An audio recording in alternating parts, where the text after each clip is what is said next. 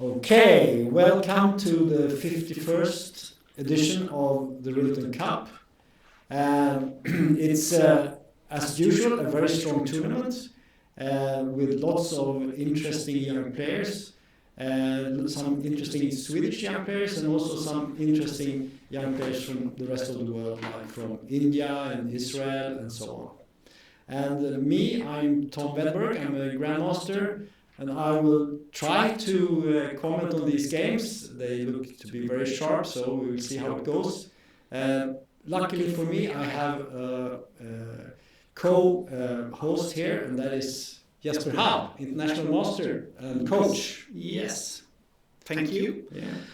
Well, I don't know, should I make a small presentation? Yeah, you can say something about it. Yeah. Well, I'm International Master, but since, 25 years, my main task has been to train and be a coach, especially to young talents, both in Sweden, Norway and in Europe.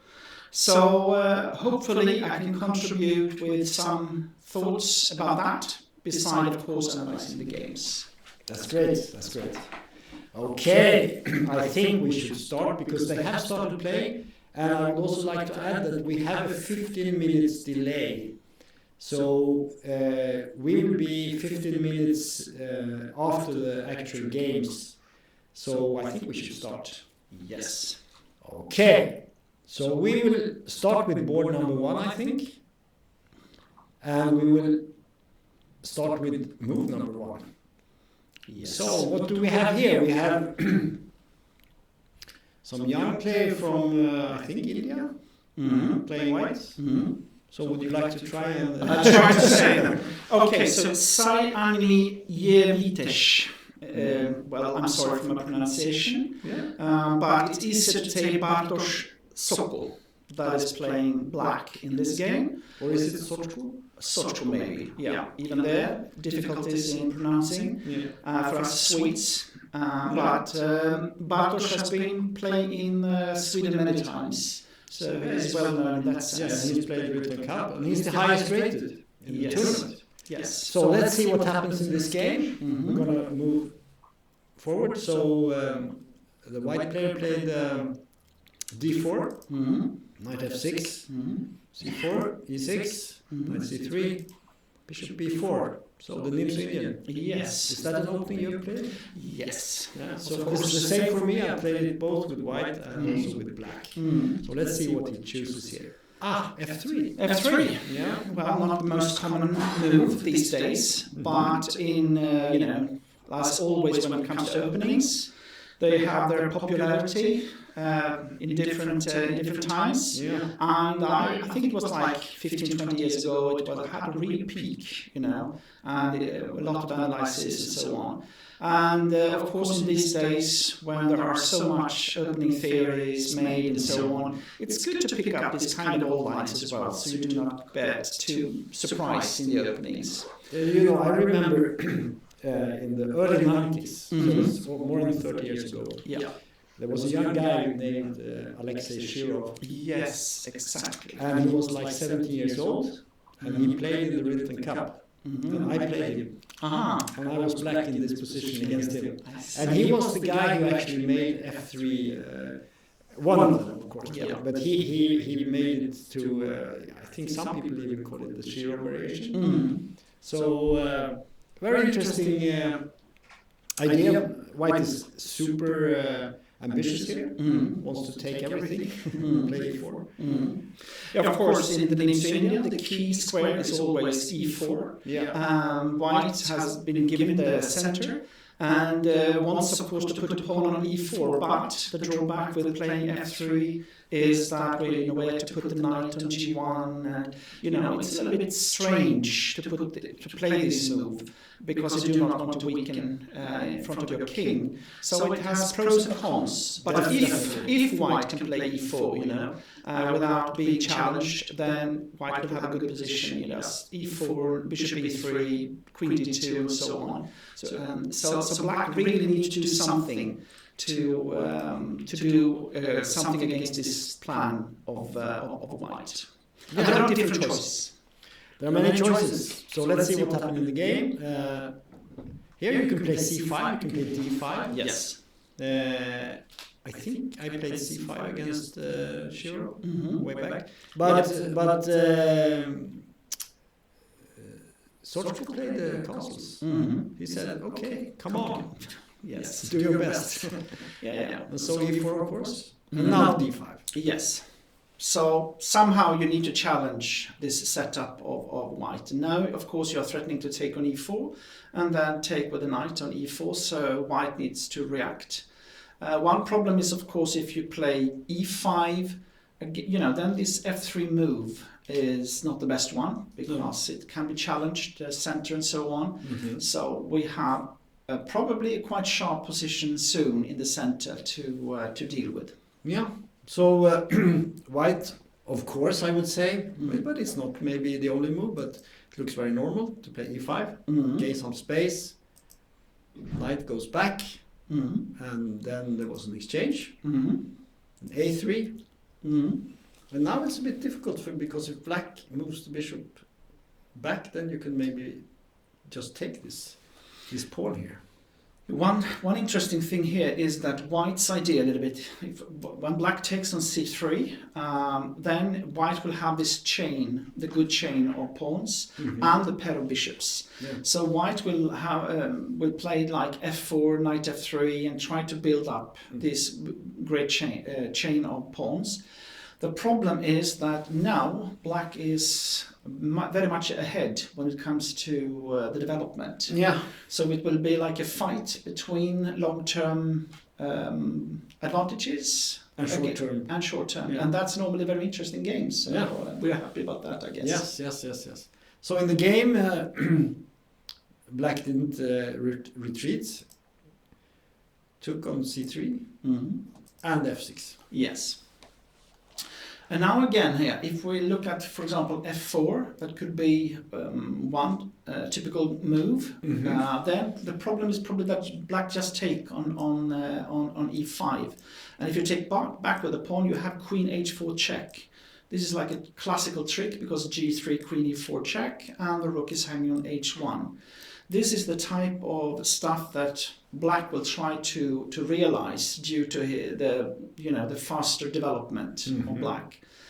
So white really needs to watch out. So the question is what to play after f6, because the f4 normally is the move you want to play. Yeah. But if you have to take back with the f take e5, d take e5, that is, it's already very loose position for white. Yeah, the problem for white is the development. Yeah. So in the game, white took care.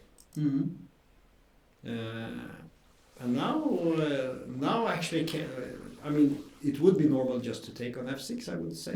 There are several options. But I guess if you take with the knight, maybe white just plays... Let's say you would play this move here. Maybe white would play something like this, and then probably the knight goes here, and then you castle, and then you just have the pair of bishops. Yes. And a fairly good position. Yes. And the pawn on f3 is not so bad because you protect this square, you protect here, you protect this, and maybe in the long run you can make maneuvers like this. You move the rook here and it comes over here, and white can get a very strong game. Yes. So instead we saw queen e8. That is an interesting move. And one thing you can always do when you have this type of a little bit strange maneuvers and so on is to watch the time. How much time did the players spend on the position? Because then you also realize if it's theory or if it's something that they are inventing by the board. And here you can see that Bartosz hasn't used any time at all. Actually, he has actually gained time. He's even gained time because they have the increment when it comes to time.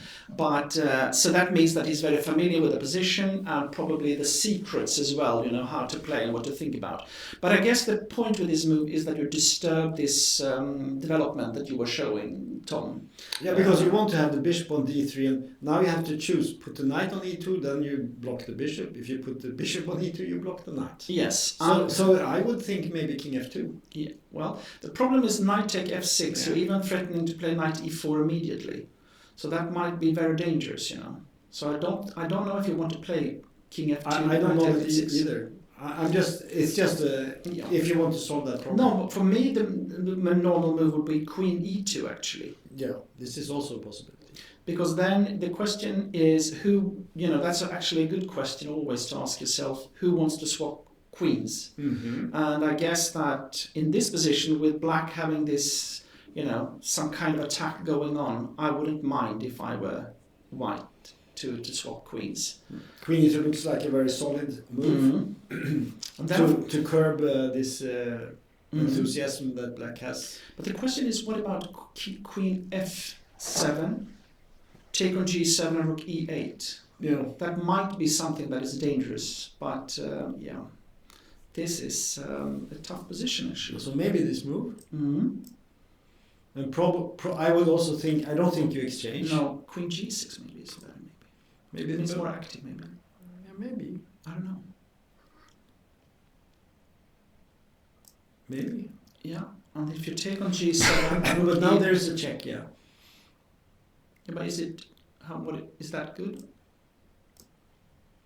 Then take on g7 check. You mean? Yeah, you have bishop h6. Yeah, that's correct. Okay. There is a small problem here with this line, and bishop comes here. Yeah, exactly. And suddenly things don't work so well. No, you have to play queen f7, and you just simply two the pawns down or something like that. Yeah. But I still agree with you that this is probably the move. But now queen f7 is probably better. Yes.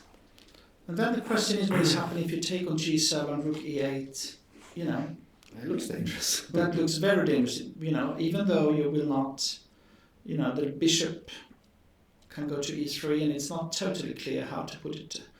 But black really has got some maybe knight b6, knight c4 ideas and so on. You know, I would be scared. And of course, you know, with your opponent making the move instantly, and you know this kind of sharp line, I would be scared. Yeah, and we talked about this nice development with bishop d3, knight e2. Now you have the queen on e2. Both pieces are locked in, and the rook cannot come via the second. I mean, it's not a super nice position, but probably it's playable. Yeah, probably. Maybe we should jump. Yes, because they are thinking. Is this the position? That I think it was queen f7 played, or what? I think this is the last. Queen e8. Is that the position? I think maybe. This is actually. He played knight. That was a big. That was a surprise actually. Yeah. To me, because because it looks strange because white really needs to get the pieces developed, and after knight take f6, you know, black has got, I believe, quite good compensation with c5 to follow and try to break up the position, and it's not easy to see how white will develop. We should mention also that we have the evaluation bar on the right side of the board, so you can always see what the computer thinks about the position. And we can see that the computer considers this to be slightly better for black. Nothing dramatic, but a little bit. So we can conclude also from the time usage, as you said, that black has gotten his preparation in. And he has a very decent position already with black, which is always very nice. And white will have to play very well to get out of this. And also now in these computer days, one very important question is, of course, also who has got the easier position to play. Right. And there is no doubt that you need to play like a computer probably with white to survive. So I would certainly prefer to play black in this position. Yeah, you could imagine somehow at some point maybe creeping out with the king to f2 or something like that. Maybe even go down to g1 and then slowly bring the pieces out, because it's not so easy for black to open files. And the bishops cover lots of squares. The bishop on c1 covers the black squares, and the bishop on f1, maybe the d3 will cover lots of white squares. It's not easy. But I agree with you. I think it looks very promising for black. So let's jump. Yes. So now we come to the game number 2. Yes. And here we have an interesting position actually. Already. Maybe we should again start from the beginning. We can move a bit fast. And we have also another veteran of the Rilton Cup, yes, Kaido Kulots, and he's from I think Estonia. And he may play some Faruqi Kayvan. I don't know Kayvan Faruqi. I don't know this player. I suspect it's a young player. And he has 22.98, which is a good rating, and Kaido has 25.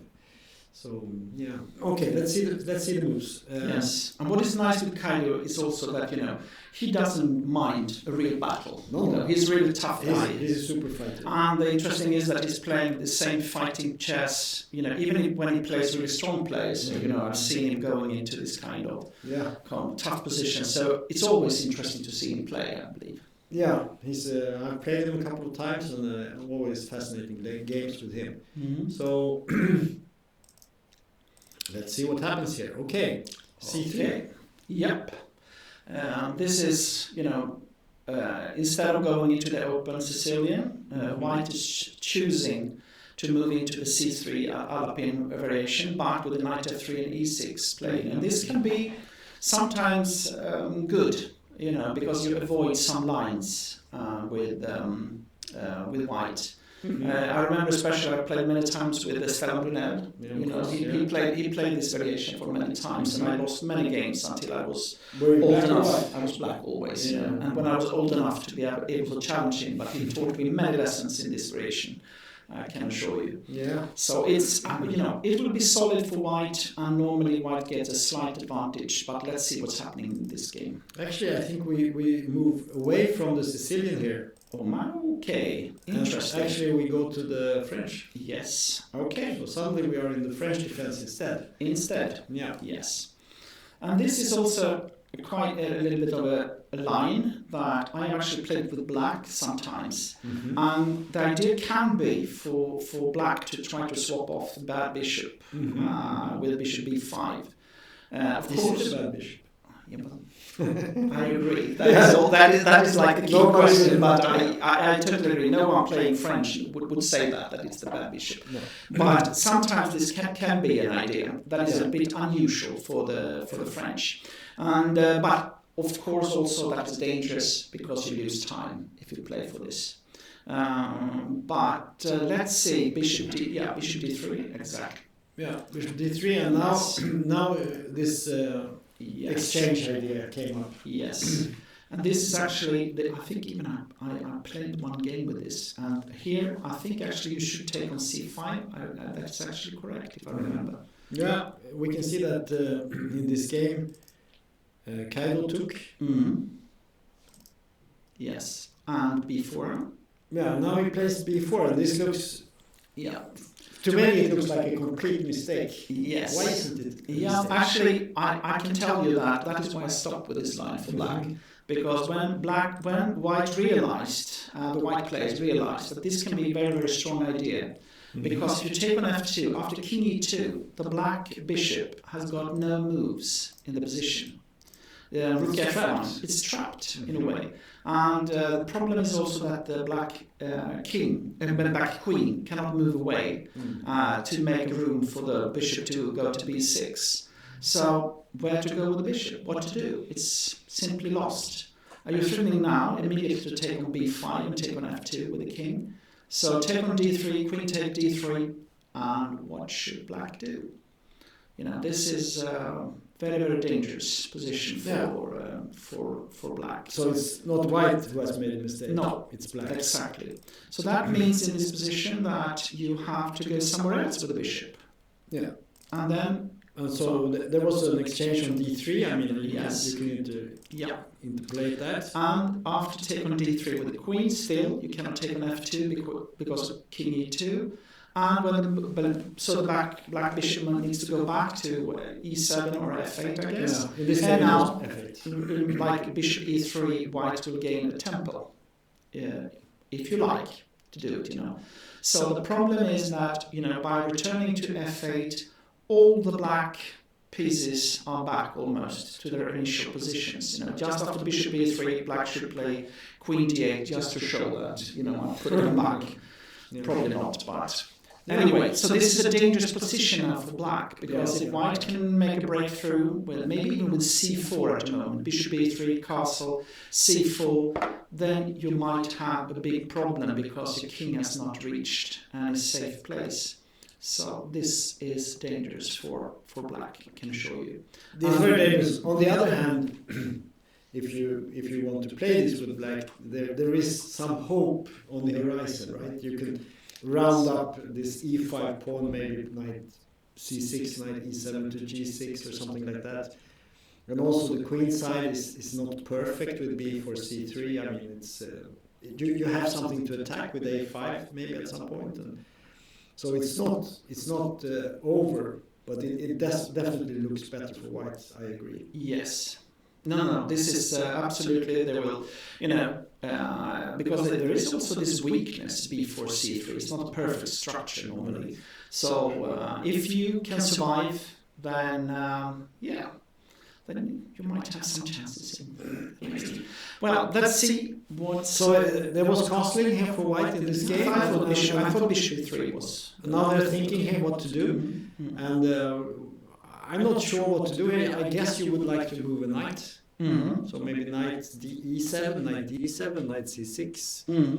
Knight h6 doesn't look so good. I don't know. No. It doesn't look very promising. No. So what about the move like a5? But maybe that is too. But also too bishop, much. Yeah, bishop b3 and b5 or something like that. Doesn't look very good. No. Okay, so let's go to the next game. Yes. And here we have an interesting game between a young guy from Finland and a young guy from Israel. Yes. So you told me about this. Oliver. Yes, Oliver is, because I am working with a talent training program with the Offerspiel in Norway under the command of Magnus Carlsen. And we're trying to build up like the best training program for young talents. And Oliver is part of this program together with many other talents. So I know him quite a bit from camps we have had and training online and so on. And first of all, he's from Finland and he's Swedish speaking because there are some minorities in Finland still speaking Swedish and so on. So we can communicate well, you could say. Yeah. What's interesting, he's one of those, I would say, the most promising young player from Finland. Right. Quite ambitious in his playing. And, quite good. I think he's quite a good player, One problem for him, just like with several other Scandinavian players, is the possibility to play tournaments. Right. And he's one of those that I would like to see play more tournaments, when we go out and really to be able to develop. But no doubt he can play strong. A little bit uneven from what I've seen, but very talented, and it will be interesting to see this game. I think Ido he's already grandmaster, 25-23, strong. What was it, like 20 years old or something like that? Right. Yeah. So he is. How old is Oliver? I think he's 19 or if I remember correctly. Yeah. But Ido is one of those that I've never seen before to play, but if you have 25-23, you're obviously you're strong and probably up and coming. So this will be a nice game. So let's see some moves. Yes. So Oliver started with e4 and we got the Caro-Kann, d4, d5, and now this very popular variation right now, the fantasy variation, f3. Yeah. And you told me that you have some experience from this one by your teammate. Well, I'm also a junior trainer in my club here in Stockholm, Vasa, and we have Bassem Ami from Egypt. A very strong grandmaster. Very strong grandmaster. He very often plays on the board one in the Swedish national team competition, and he's also a frequent guest in my junior trainings. Oh, that's lovely. That's lovely. And in this spring he was in Stockholm to play some match, and he also gave a seminar over this line. And he said that for him it was a very good sideline to play in the right moment against the right opponent. So the question is if Goldstein is the perfect opponent to test it on. You never know. You never know. You never know. Afterwards, we will know the result. Yeah. But it's called a fantasy variation because the game can be very interesting. There's lots of tactics, but also strategies, not only tactics. You could say one of the good things with this F3 move is that just like when you play someone playing French with black, they like their structure, that they always have, that they can follow their classical plans and so on. And the same with the Caro-Kann, the development normally follows like classical lines and so on. But with F3 you get a completely different structure and other ideas than normal. Right. And that can be a good way to try to get your opponent out of their comfort zone. Absolutely. So that's the idea.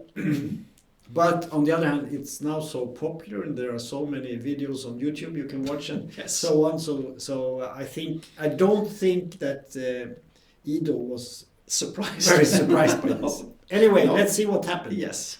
So Ido played E6. I know that Magnus, the famous Norwegian chess player, has played this at least a couple of times.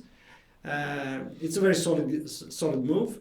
And of course, he's sort of inviting now White to go to the French. If White plays E5 now, then we are quickly getting into French territory.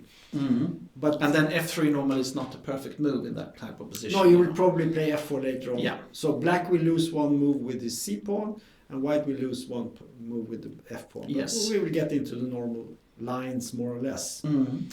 Okay, so in the game, White played knight c3. Just to be said, there are really sharp lines if Black tried to take advantage of this F3 move. Yeah, there is. We can just show one little line here is to take and play e5. Yeah, for me that is the one logical way of trying to punish White for this strange move. But and then if let's say we make a really poor move, this move, now we don't exchange queens. We have this same queen check over here. Yes. Classical, we've seen it before here, and then check, and again there is a rook hanging. Yeah. So this is very dangerous. But the trick here is to take back. And after e5 we don't take, we play knight here. And after takes, we don't take that either, we play here. So it's a gambit. Yeah, it's a gambit. And now we just castle, and then we play moves like queen e1, maybe we put the king here, and then the queen might come something like this, and the queen can come here, and we have a bishop coming here. And not the least the weak point on f7. And this square is very weak, so very few black players want to play this. No. So a solid move with e6 is more in line normally with this type of structures that are e6 is a much better choice. And I think that's the move I would play if I was playing this with black. Anyway, knight c3, bishop b4, a3. Okay. Yeah. So it's forcing the bishop to show its cards. Yeah. Because otherwise you could play like bishop e3 or something like that, I guess, or is it still the check? No. White wants to come with these pieces here in the center if black starts moving away. So black took. He plays b6. Okay. So I believe there is an idea with bishop a6 perhaps. But it's also it's a bit interesting because it got a little bit the same as in the other games that we saw earlier on, that White has got the pair of bishops, but the problem is the structure, the pawn structure. So we will have a little bit of a fight between structure against activity and bishops, and normally this means that it will be a very interesting game because they will have such different ideas and plans in the middle game that will arise. And for me at least, this is a bit strange position, because it hasn't decided if it's a French game or what type of a middle game will we see. Yeah. Because normally you have the pawn on e5 in this type of position, and then you know about this bishop a6. Yeah. If white played e5 now, then everyone could say, "Oh, it's a French." And it's yes. Everyone knows all the plans, but of course white is not going to do that. No. In the game, we saw this move, knight h3. Interesting, also. Mm-hmm. And this is typical in this line. You keep the pawns, and you only lock the position when you have everything in the right place. But of course also when you have the pair of bishops, you normally do not want to lock the position. You don't want it to be, I also thought about c4 in this type position, just to try to open up for the bishops. That's the plan. But the question is of course also where to put the knight. Yeah. Because, h3 is, quite rarely you put the knight on h3. But if you put it on e2, you do not want to play. And if you move the bishop on d3, then maybe bishop a6 can come. So it's a tough fight. It's a tough fight. Yeah. With unusual ideas, and strategies. Mm-hmm. So anyway, in this game now black developed normal move, knight e7. Yeah. Typical of the French. Bishop in3. We can see that white is waiting with this bishop. White is waiting with this bishop because as soon as he moves, black will come out with the bishop a6 and exchange. So that's the plan. Okay, so in the game there was castling, and now yet another waiting move, queen d2. Yes. And now bishop a6. He couldn't wait. No, it's time to act. That's interesting. I was thinking about, there is one other move that I was thinking about that might look crazy, and that was to play e5. But it probably didn't work. Let's go back. I don't know. So, really sharp play here. Yeah. It looks interesting. Yes, because what that is, of course, to cause damage on the white king side by taking on h3 with a bishop. Yeah, this is very reminiscent of the first game we looked at. Yes. Bartosz played but something similar in a way. But the danger with this type of moves is, of course, that the centers start to open up, and then the pair of bishops can be very strong. So the question is, how dangerous is it for white that the king has not come to castle, and how much is it good for white that you will have the pair of bishops when the center is open? Maybe you just play knight f2, I don't know. But okay, this is... I think white will probably not allow this bishop takes, because then it gets very murky, but just keep the pieces and then develop and castle. Anyway, in the game there was bishop a6, and there was an exchange. An alternative would have been to play maybe bishop d3, also possible. Could be, yeah. But then a little bit then this idea with waiting has not been. Then you could have played it immediately. Almost. Yeah, of course. But he so it's logical in that sense. And then there was a castling, c5. Okay, you could say one important thing here is that one problem black has got is the knight on a6. Quite often you even play knight b8, knight c6, and knight a5 to reach the perfect square on c4. That is like the square you want to have, the a6 knight to reach. Because right now, can hardly move, and to put it on c7 is normally not so attractive. It's true.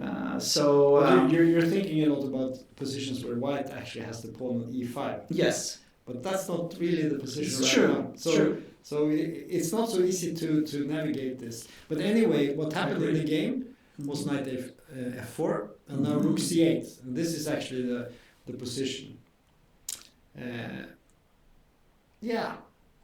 Both players have developed their pieces. But I think black has... I don't see any big problem for black here. I mean, it's a fairly decent position. I mean, pieces are in, and I can see a plan here. You could, as you said, maybe you should just move back here. Yes. And then you go here. Then you go here. Yes. And then you go here. Exactly. And then suddenly this knight is super strong. And I'm wondering about this bishop here on e3. Yes, I have one idea, because like you said, that normally when you navigate in this position, you have the pawn on e5 instead of on e4. Mm-hmm. Do you want to play e5? No, but the thing was, yes, because if you have it on instead of playing knight h3, then you normally go for a push like f4 and f5, try to go for an attack. Because this is also some, very good question to ask yourself, on which side should you play on the board? And here is no doubt that black has got a good c file and in a way dominating on the queen side, not the least if, like you said, the knight will reach c4. Yeah, so white should go for an attack. And one possibility is maybe to play knight h5. Yeah. And there starts to be threats like bishop h6 even, in that type of position. So maybe it's this type of attack that white is looking for. I don't know. Because that could be one way to justify this a bit strange move, knight f4. You rarely put the knight on f4 in this type of position, at least when e5 is played. But here you have, this is at least black needs to think about how to react to this. Maybe you can combine it by playing e5 at some point. Yes, of course. And then you have this square that you can use. Yeah. But if it is white to play now, I think bishop h6 is winning on the spot. Huh? Let's calculate. Yes, thank you. Bishop h6, yeah, threatening to take a pawn. Yes, very obvious. And black cannot protect. Here we have a difference from the threat. Then you might have a move like knight f5. Exactly. So, and if you take, then the queen takes, and it's actually mates. Yes. So you're right. Bishop h6 is a dangerous threat. But there are moves. Yes, of course. There are moves. Probably you should play, maybe you can, I don't know, you could play some knight move, maybe. There is one idea to go with the knight back here, and maybe even go down here, but it looks, I don't like it so much. It's not what I would exactly, like. because you take on c5. You cannot play g6 because then it's too weak. Yes, and knight f6 is winning also. So let's say you play f6 here. Yeah, that's a logical move. Just to get some space for the rook. And then play rook f7 maybe. Yeah, but I mean this is a fight. Yeah. This can go anywhere. No, I mean again, we try to navigate in this structures that we know from the French when e5 is played. Yeah. But here we have this strange situation, with the opponent still on e4, ruling out some possibilities. So in this position, there is one. Of course, there might still, I think f6 is a good move. That must be the best move, I think. The question is if you should play like rook a or e1 and try to go for some kind of take on, I don't know. Yeah, there is an idea to play maybe try to attack this e6 pawn here. Yeah. Because the knight could jump back here again and attack this, and maybe combine it with some rook move here. This could be a plan. Yeah. I don't know, maybe there is an idea you could play e5 here, maybe. I don't know if that's good. f5. The problem is that he can start exchanging and you have a weakness down here. And after f5, I'm thinking bishop g5, go for some, and maybe f4, rook up and so on. Doesn't see, I normally, when the pawn gets on f5, my experience is that it's not so easy to get dangerous attack. You want to take. I play many French games with this type, and this bishop can, as you said already, can be very strong. So let's say some move like this, it could be very irritating with the bishop coming here, and maybe you can even do something here at some point.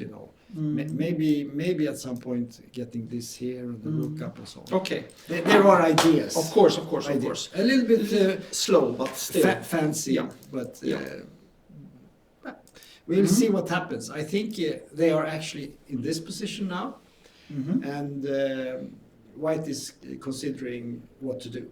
Yeah. It's a little bit annoying to be white in this position, I would say, because it's not clear what you should do, right? No. And if you start taking somewhere here, probably this is very good for black.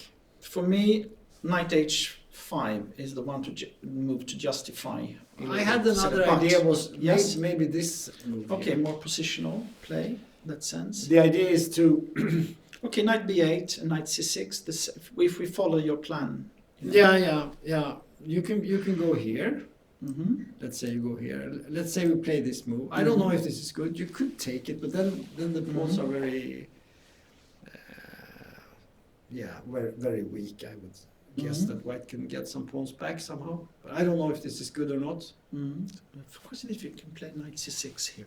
Maybe. But maybe then it's hanging on d4, maybe of course. this. So I don't know. But maybe the c5 is hanging. Exactly. So it's Maybe I'm you not take, sure. you take. And No, probably this is good. something like this. Yes. Yeah. Probably this is simply good for white. So I agree. No, it could be. It's not Could you, be. you always have these double Yeah. pawns here, so it's not maybe the knight can come to.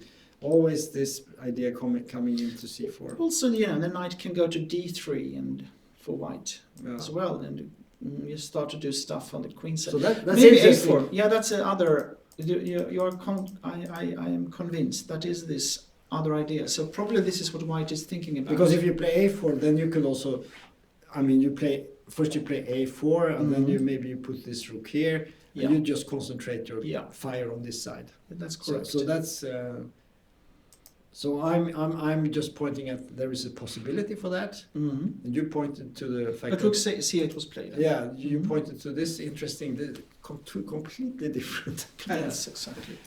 But that's I think is typical of this line that you have many. But I don't think white has really any central strategy here. Really, not really. Well, you could put your rook behind here, but I think he has to do something on the flanks. Yeah. Somehow, because black is very solid.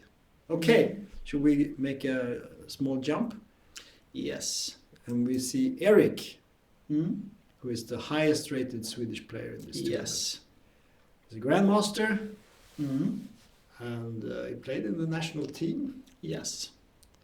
And he's been one of the leading Swedish players for quite a long time. Quite a long time, yeah. So he's great experience, and he's it's also a fighter, and I think he's very cool as well. He never gets scared really when he plays. So normally entertaining to watch when playing. He is always well prepared. He never goes into some bad line and just dies. He always has some ideas. Yes.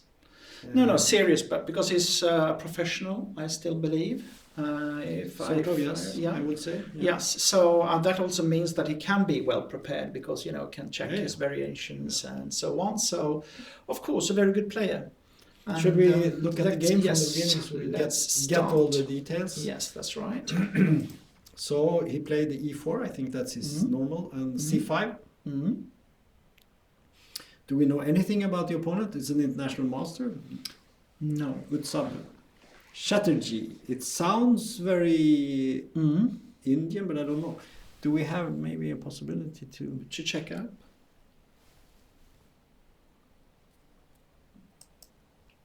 Let's see. It's a young guy.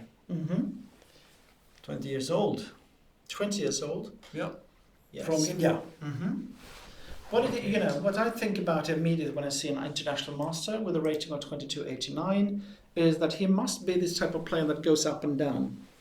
Yeah. Because you need to have like over to 400 to become an international master. That means that he has gained that, but then he has lost it. So he's probably not maybe one of the professional players. He might be a student or something like that, probably, and they maybe not focusing 100% on chess. Yes. So let's see what happened in this game. Yes. So Eric, a little bit surprising. Yes. Close Sicilian. Yes. You don't see that so often these days. No, absolutely not. He's this type of players that doesn't, he's not afraid of a opening battle normally. No.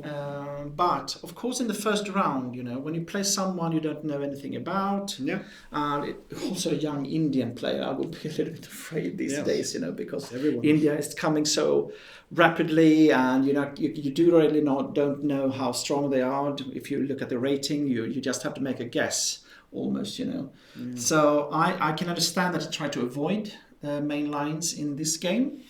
But I haven't seen this so many times that he has played the close Sicilian. That is, it's not so common these days on highest level, close Sicilians. But of course, a decent opening. Decent opening, of course. And now we see it was a trick. It was a bit of a trick, yeah. Okay, but it opens up for this variation. Well, let's just explain the trick here. Because you play knight c3, and many black players perhaps wants to play something with d6 against the knight f3. Let's say white had played knight f3. Maybe you're an expert on the Najdorf, which goes like this. Knight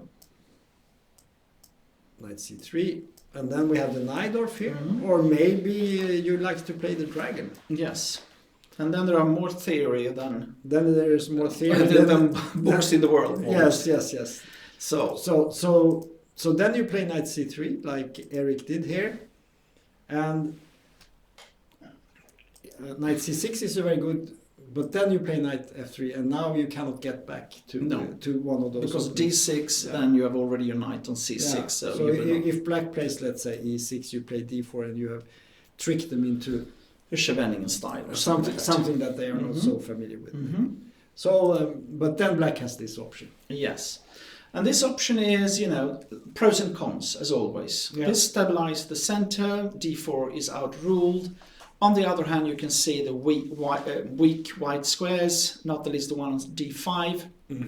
And what will be the strategic idea for white after this is to take control of that and try to maneuver with this as your driving force in the center. So but on the other hand, you only give white that, and that means that black normally can, also because the Wedberg systemet, the system that you are actually behind, that is with the pawn on c4 instead of an e4, is a little bit the same idea. You give them one, you have take one weakness. You give one weakness, but not more, No, that's right. And as long as that is okay, you can, normally you can hold and even be better if white is overplaying the position. So, but the strategic idea is normally to get the bishop to c4 and then try to get the knight on f3 to e3 to cover up on d5.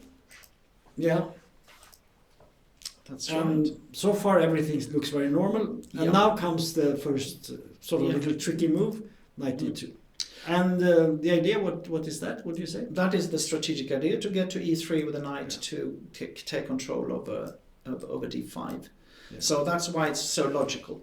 Another thing is also that if you look at the position, one terminology is to say where are the pawn levelers in the position. And for white it's f4. If you want to challenge.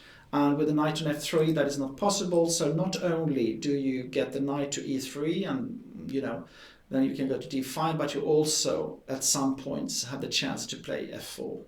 So that's why this is logical, even though it's strange to put the knight on d2 instead of developing your pieces. Yeah, so this is very strategic now. It's a lot about weak squares and eventually later on, when you've occupied these squares, you might go for some break with a pawn. So let's see what happened after this interesting move, knight d2, knight f6. Black is just playing normal moves now. Black does not have time to make any fancy things. No.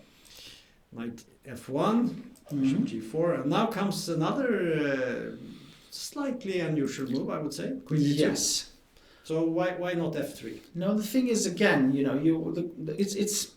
I think that f3 must be okay in one sense. I'm sure it's playable. Yes, of course. But on the other hand, those type of weaknesses, that is what black is looking for, to have something to play against. Because right now, the one important question in this position is, of course, what should black do? And if queen d2, then after knight d3, the knight will be threatening to take on g4.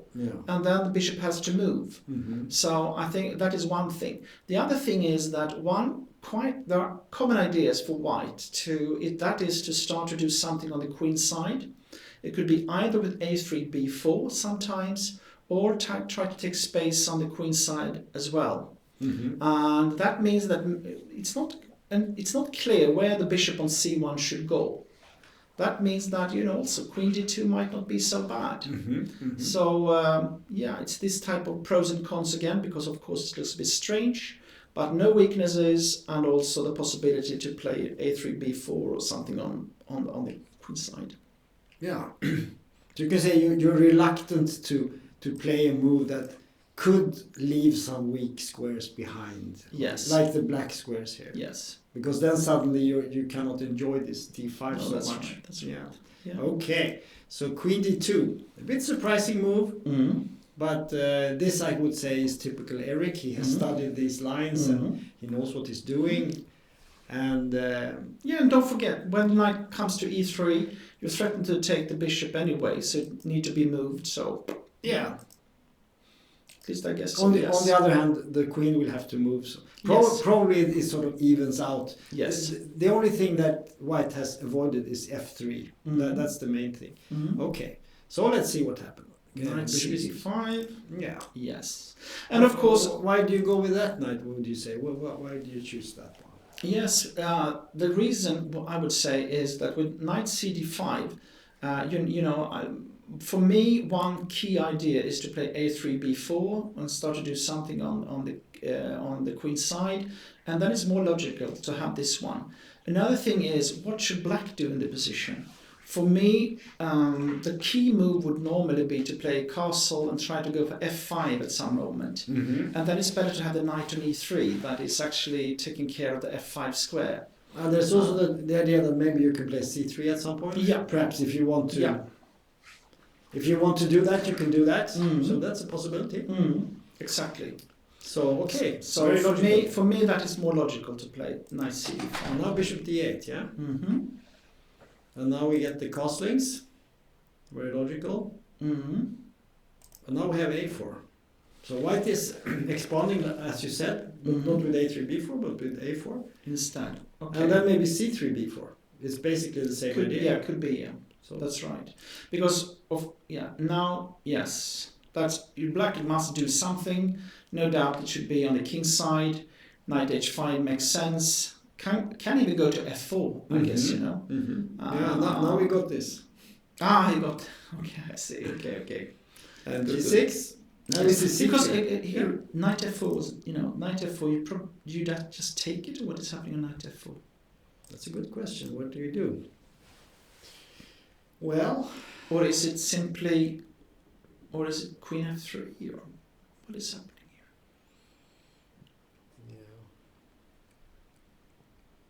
Taking and going with the other knight to d5 should be possible. I mean, yes, exactly. Because if you play g5, there will be lots of probably that is the case. Yes, that's a possibility.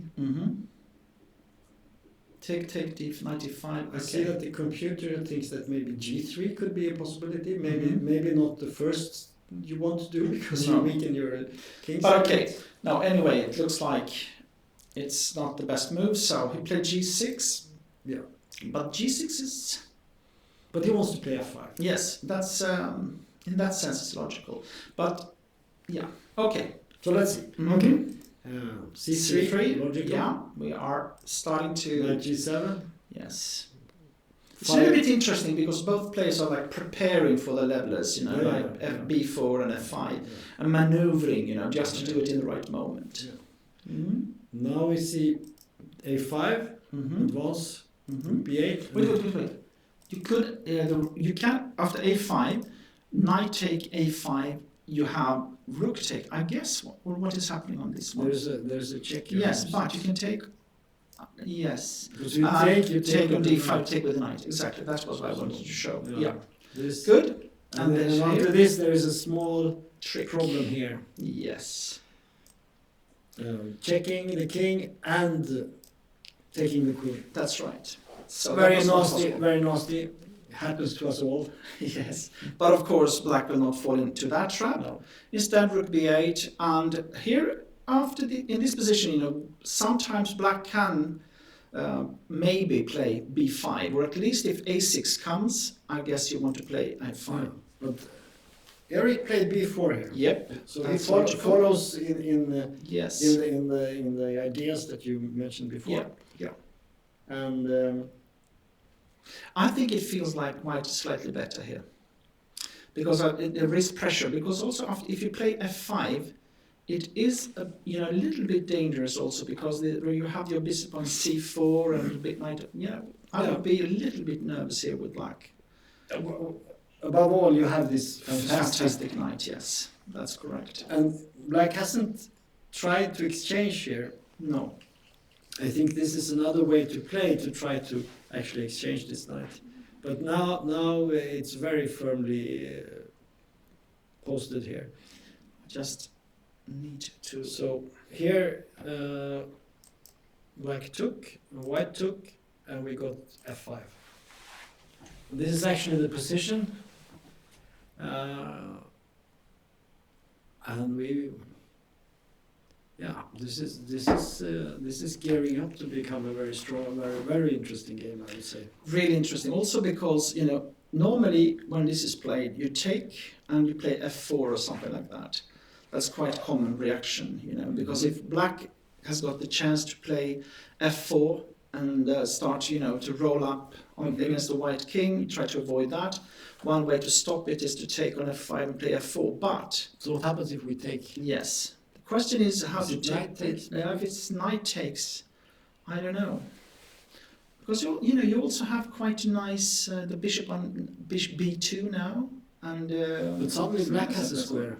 Has got also a square. Yeah, that's correct. If you go back, I had one other idea here. f5, okay. And b5, you play knight e4, of course. You could say a drawback with this idea is that the pawn on c3 is gone, so we don't control this square anymore. So black has his own square on d4. Right. That's right. Maybe you should play f4 immediately. Maybe. Instead of taking on f5. Maybe f4.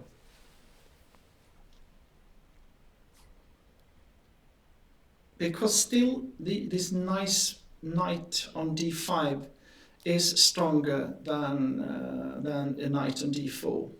And also we have some problem pieces. We have the bishop here. It's very unclear what this bishop is doing. Exactly. We have a knight here. It could be very strong at some point, but where and when and how? It's not so easy. And also this nice knight, okay, it can go to d4, but white can choose to kick it away any time here, and then even maybe exchange it at some point. Yes. So it's not really stable. The problem for black is that, you can exchange, but then there comes something else. I would say the problem is in this position, even what move to play. Because, maybe, because, but white, it's like also sometimes when you look at a position, you can see that it's like white has got easier moves to play. Bishop b2, queen d2. But what about the bishop on d8? What should you do? Where should you put your rooks? How should you, the knight on g7, how should you continue in this position? And if you take on f4, you lose the control of the d4 square. So I think white has got at least a simpler game in this position. And I wouldn't feel happy with this position with black, actually. No, but maybe the black player here knows something about this and feels that this is okay. I don't know. Yeah. Well, slightly better for white, I would say. Anyway. So let's jump. And here we have an Indian player again. Yes. Pranith or I don't know. Vupala. International master with 25-15, very high rating. Playing against, I guess, an Israeli player.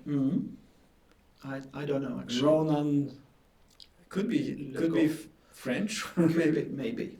Should we check this? Maybe we should check it up. Yeah, that's right. So let's see.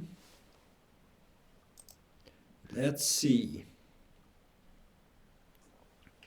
So we begin with the Indian player. Yes. He was born in 2007. Oh, he's a young player. He's a very young player.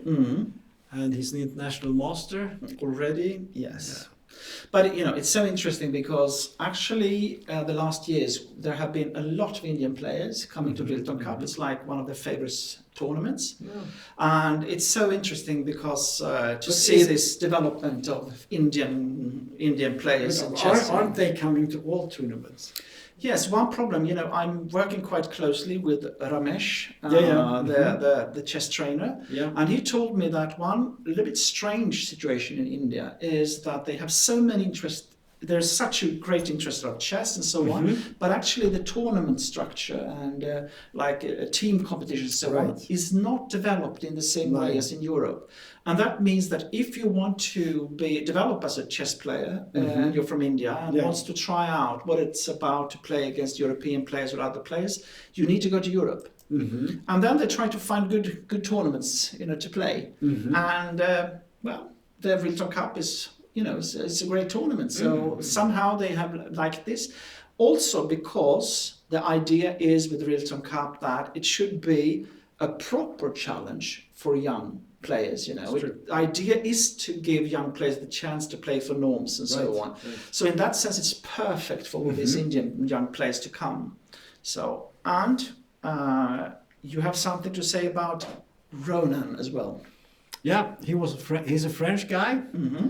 And he's not one of the youngest. He's was born in 92, so he has passed the 30. Yeah. He's a FIDE master, probably a seasoned player, I would guess. Not the highest rating, but still very decent. So I think we can get quite a good game here. Yes, of course it will be very interesting to see how good this Vuppala is, because last year we saw a young Indian players making an incredible result and showing that he was much stronger than his rating most likely and gaining a GM title and so on. So the question is, how good is this guy? You cannot trust 25-15 when they are born 2007. No. Probably much higher. Let's see what happened in the game. So it opened with something. So it could be a catalog, maybe. Yeah. This is quite typical also. You have probably Le Goff is not a professional player by any sense. Facing a young Indian player, I will play something solid, and this is no doubt that he's playing something, trying to get out of theory, playing on yourself, and with his age and experience, maybe he can challenge this young prodigy from India. Interestingly, the Indian guy played B6, which is not the usual move, I would say. Exactly. The normal move in this position would be, you could play C5. Yes. Or you could play knight F6. Yeah. Something like that. That would be sort of the expected move. So B6 is a little bit unusual. I don't think it's okay. We can see here. Chat message. Switch to Luai Samir. Some chatter says. To who? Luai Samir. Okay, we will do that. We will do it after this one. Good. We'll take one at a time. But thank you very much for this tip. Anyway, we can see that the Swedish player Nils Grandelius has played this move B6 a couple of times. No, but it's a logical move in many ways, of course. It's not bad in any sense. No. So it's just an unusual move, and I think it shows the ambitions of the young Indian guy. He wants to get out of maybe the normal stuff and get something that's where they can just play chess and Yes. It will not be experience. Maybe that is the most important factor. Skills is also important. You mean? Sometimes. Sometimes, yes. Okay, so Bishop G2, Bishop B7, castles, Knight D7. Very unusual to develop the queen side and not the king side. The normal thing would be to play Knight F6 and Bishop B7 and castle and so on. Knight D7 is a bit strange to me in one way. Yeah. Because if black wants to challenge, then normally it plays C5 and then wants to have the option to play the knight to C6 if you want to play it more tough, But this is more like a strategic idea too. I guess that if white wants to play C4, you want to have the long diagonal for the bishop on B7, ready, and not put the knight on C6. But the point is that it outrules some ideas for black to play knight to D7 at this moment, instead of playing like knight F6, where the knight will be on F6, Yeah. But okay, so interesting. yes, now A4. Yes, and this is in one way logical, because if the knight is still on d7, then it's hard for black to avoid the pawn to be pushed on a5 and start to put some pressure. But if the knight would have been c6, you cannot push a5. So it can be, in that sense, a logical move. On the other hand, normally you try to develop your pieces. You try to put pressure with c4 or something like that. So, okay. Unusual. Yeah. Unusual play. I don't think this is very common, No, I think we have left sort of the main lines behind us way back. Yes. And we'll see what happens here. So now c5 came and a5. Yes. Very sharp. Trying to counter black's slightly unusual opening with maybe an unusual response. Yeah, but also, put pressure. Sometimes you can play in a6, just to ask the bishop on b7, do you want to go back? Or if you put it on c6, might be a little bit, in the way. Of course, a take b6 is there and so on. So, I think it's logical. Yeah. But it's not clear what you're achieving, but just put in some pressure. It could be irritating for black. Let's see what happens. So, bishop d6, normal move. Yes. And now c4. Okay, that's challenging, I would say.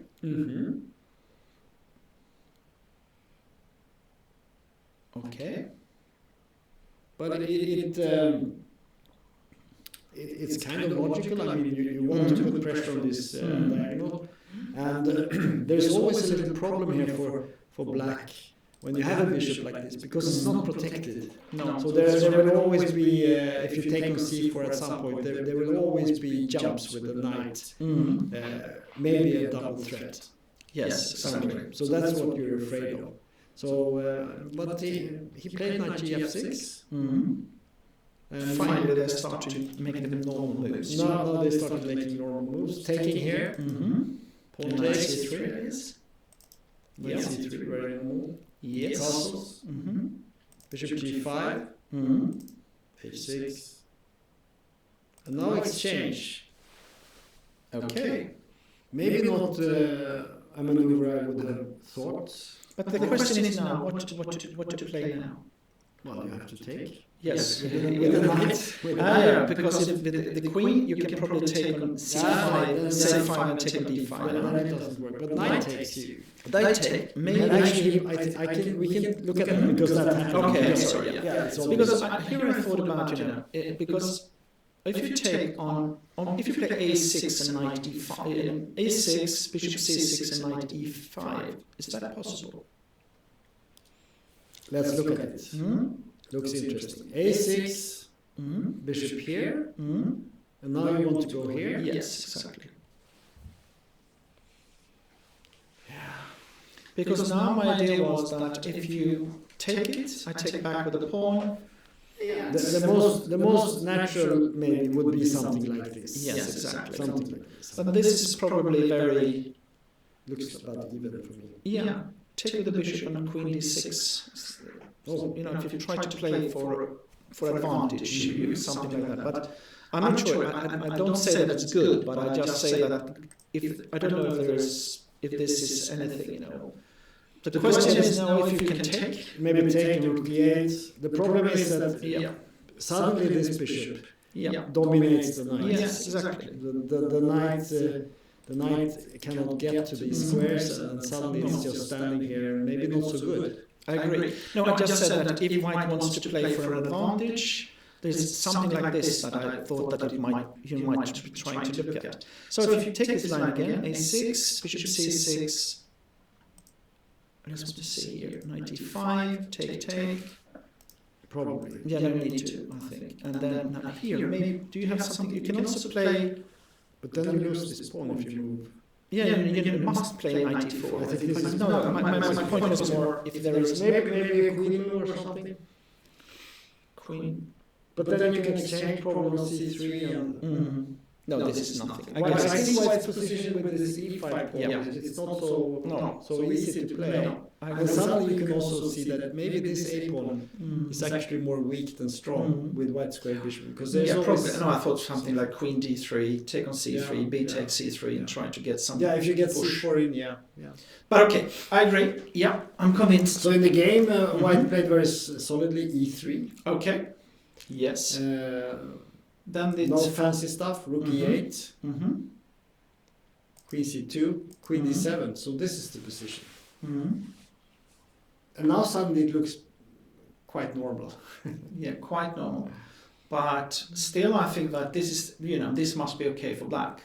I cannot say that this is not. Black is okay. So I just mean that if White wanted to try to do something in this a little bit unusual structure that was before, then it was this type of line that we just looked at. That was the possibility. Now it's more like you say, a normal game. But I think there is quite equal. There is a dynamic here also between the players. On the one hand, we have the pro or the Indian guy playing black, and then we have this French guy, and probably he wants to.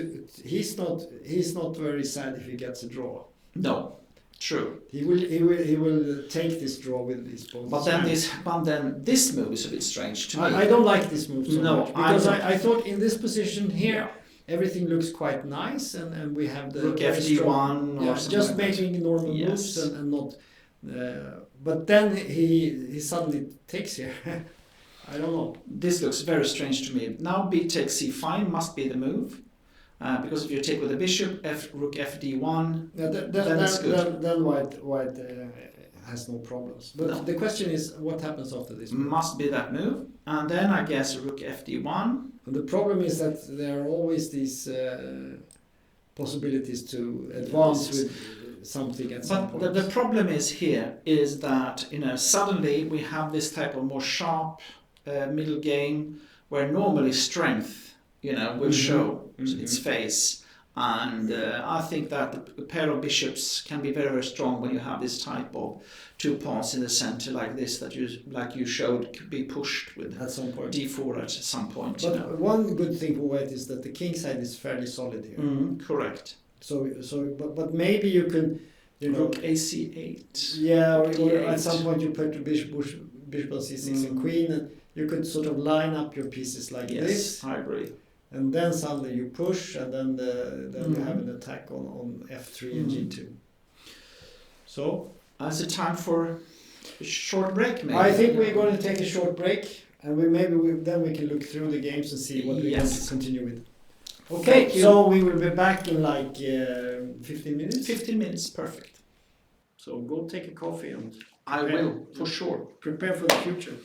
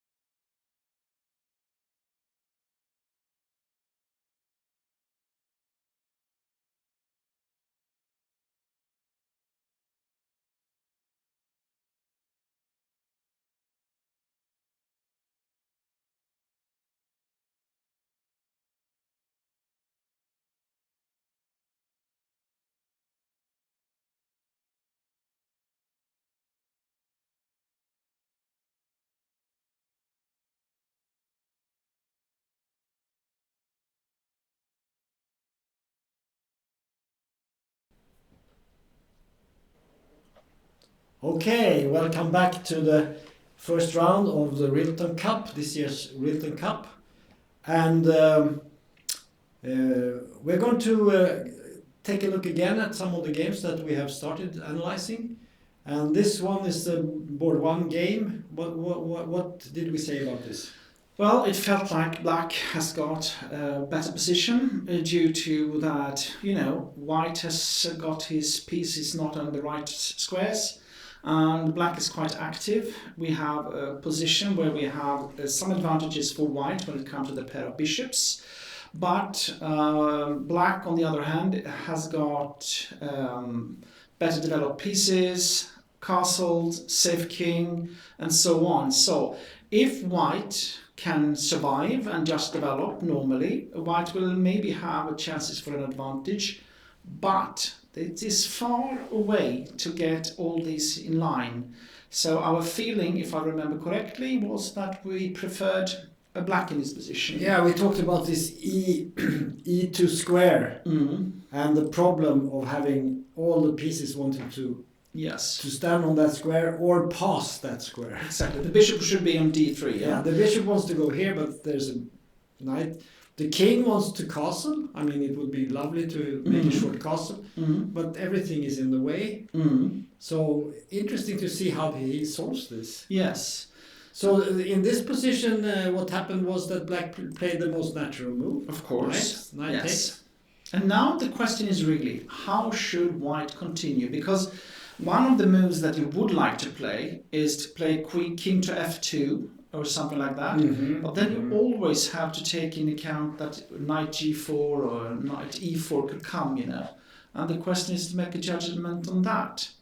So maybe you could check here, perhaps. Yes, and king g1. Maybe you could even try this move. Yeah, maybe. And then it could be a very short game, right?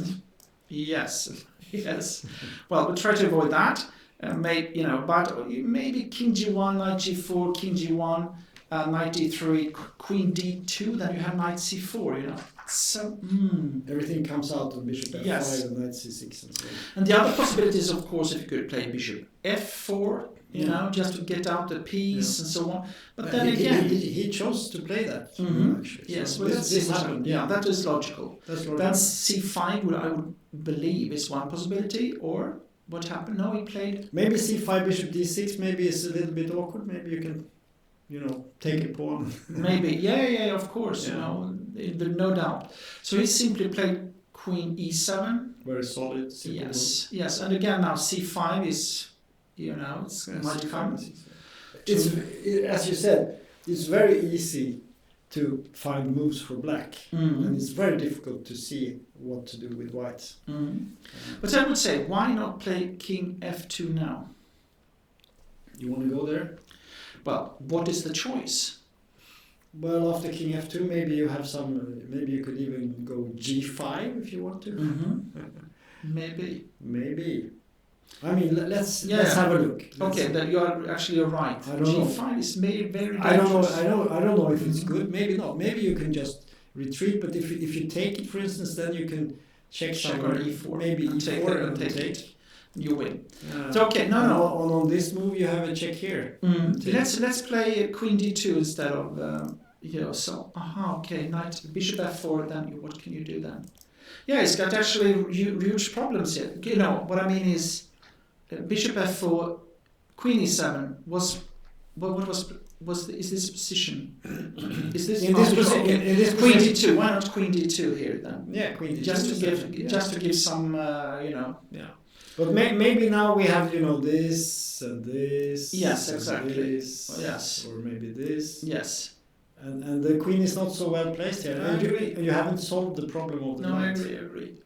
So the problem for white is development. How do we get this? Yes. But he finds an idea here because I think he's looking at some castling here. But now knight c6 is for me the normal move here in this position for black, because then you threaten to play your knight a5 and knight c4, And then the question: how good was it to put the queen on b3? Yeah. Because this is what happened in the game, which is. I mean, as a trainer, what would you say to your pupil if you play this? Desperation. I would say. No, this is obviously desperation. It is no doubt that. Would he have failed the course? Well, on the other hand, you could say that, as always, when you have this type of positions, you need to identify where the mistake. Mm-hmm. Maybe this is the best choice. It doesn't look like it, but I can say that, as you and I have already discovered, something has been wrong already. I would say. No, but I have to say, but it looks so strange to play. I don't like Queen B3. No, and I don't like the queenside castling because it's so obviously weak. The weaknesses are so obvious. You cannot. On the king side, of course, there were tactics and not so easy, but perhaps still it would have been better to. No, let's put it this way. One conclusion is that this is not the best game of white. But again, it's hard sometimes to you can pinpoint that because alongside. But on the other hand, maybe when it's desperation, you need to find what is the best chance. How do I fight the best way? But like you said, both you and I, it's trying to find a way to make short castle or king f2, simply because the king would be much safer with 3 pawns, on the king's side. Yeah. While on the other hand, there is an half-open f5 and so on. Exactly. So you shouldn't be too critical, but as you say, something went wrong for white in this game. Yeah. And the question is where it was. But maybe it was this knight e2. I think that's the culprit. Because you suggested queen e2 instead. Probably that was the best move. Anyway, let's see what happened in this position. And a5 is very logical. Yes. Also, I mean, you even for instance play rook a6 sometimes, rook b6. But of course, a4, knight a5 is the obvious moves. Yeah. So okay. So knight g3. The positive suddenly you get this, and now you can play bishop d3 and rook e1. Yes. The only problem is that you get mated on the queen side. But here Bartosz played a slightly surprising move. Oh, that's interesting. I don't know if that is actually the best. I think play just a4 and maybe knight a5 or rook up or something. Looks so. But of course the bishop protects a6. Yeah. So he goes for this. But still, if this feels a bit strange, but maybe also because it's actually hanging on d5. Yeah, but there is bishop e6. So. Yes, and queens. So bishop d2. What? Well, there is rook e1, Yeah, I know. So Of course, there is. No, because it looks like a big mistake because what happens with this, threatening one guy there and threatening the other guy there, but white has an intermediate move here, rook e1. Yes, hitting the queen, and let's say you go here to protect the pawn. Now you get the chance to. Suddenly this guy is not on f2 here. It's not so good. It's not the best piece anymore. This is still playable. I mean, even this position I would be afraid of, but I agree. Of course, this is, when you have such a good position as well, you do not want to have this unclear, tactical, strange stuff with a knight on f2 normally. You want to have something clearer than that. So, okay, but bishop d2, and now a5. Yes, okay. Yes. And he does not want to take, of course, because bishop e6, and suddenly this bishop becomes very strong. And after bishop e6, then knight f2 can come and take on h1. Yeah. So, queen a2, keeping the diagonal. Knight goes back. Bishop d3. Knight a5. Bishop g5. And now c5. So this is where we are. Yes, and for me, even though white might be able to take on d5 at the moment, take on f6, d5, winning some pawns, no doubt. This is a good position for black because it's so open. That would just open lines against the white king. And you always have this check here. Yes. And you can, also sometimes you can even play strategically in this position with black because the knight on b3 will be fantastic, the queen away and so on. So you could get at some point maybe an ending even with the pawn down, but if you have a knight like that and you get some rook in on the second rank or something, it could be very, very good. Still, very complicated position, and actually, if you look at the evaluation bar, it says it's equal, which is a bit surprising, I think. Yes. But I guess it's something like taking on f6 and take on d5 or something like that. Very sharp lines. Maybe something like that, yeah. And and the evaluation is that there is compensation, but not more. On the other hand, don't forget that Bartosz is smart enough also to choose a line where probably white has to play like 10 moves of strength of a computer compared to his easy play. So even though it might be equal, there is no doubt that it will be so much more difficult to play with white, and this is also what you want to have as a stronger player, a position where the opponent gets all the chances to play wrong. Yeah, it's very easy to go wrong here. Yeah. So, okay, I think we will leave this. We'll get back to this for sure, because this is really an interesting game. Yeah. So we go to the second board, and then we have this game. We discussed this. There was, at one point, the queen was on b6, and the bishop was actually on c5. It's hard to imagine that black had a queen on b6 and the bishop on c5. Really. But in this position, we said that it felt like white had an edge. Yes. When we left due to this, we can actually move back just to see this position. That the bishop went to f8 and this kind of stuff. Yeah. So here we have this situation where it looks like black is attacking strongly, but then white had this surprising move, I would say, b4, and you cannot take on f2 because the bishop gets stuck there and it's after lost. king e2. Yeah, that's right. So the bishop has to move back, and now there was a castle. Knight e7, bishop e3, queen c7. Yes. And what is happening now is that white is gaining tempos, is ahead when it comes to development. So if white can open up the position here, white can have a quick win, because it's a bit far away for black to get a castle with a king. Yeah. So white should be fast here and the push normally is c4 in this type of position to open up. So the question is more how to do it in a smart way. He found a nice move here. Yes, I like it very much. Yes, I agree. Because he, as always, when you play, don't forget, bring all the pieces to the party. Yes. And if you can move one of your worst pieces to a square where it actually threatens to win the game, you should do that. And this is a very strong move because it threatens to jump here and then give a devastating check on d6. Exactly. And even if knight f5, something like that, you have knight b5 and then take on a7, just winning a pawn. Yeah, also. So there are many so probably he has to play a6 and then losing a tempo, losing a move, and white. You cannot allow the knight to come here. And in the game, of course, he played a6, as you said. And now c4 is... now c4 is coming. It came, huh? Yeah, it came. Must be c4, yeah. Just screaming of that. Black desperately trying to get his pieces out. Yes. And bishop c5 is screaming for bishop c5 here.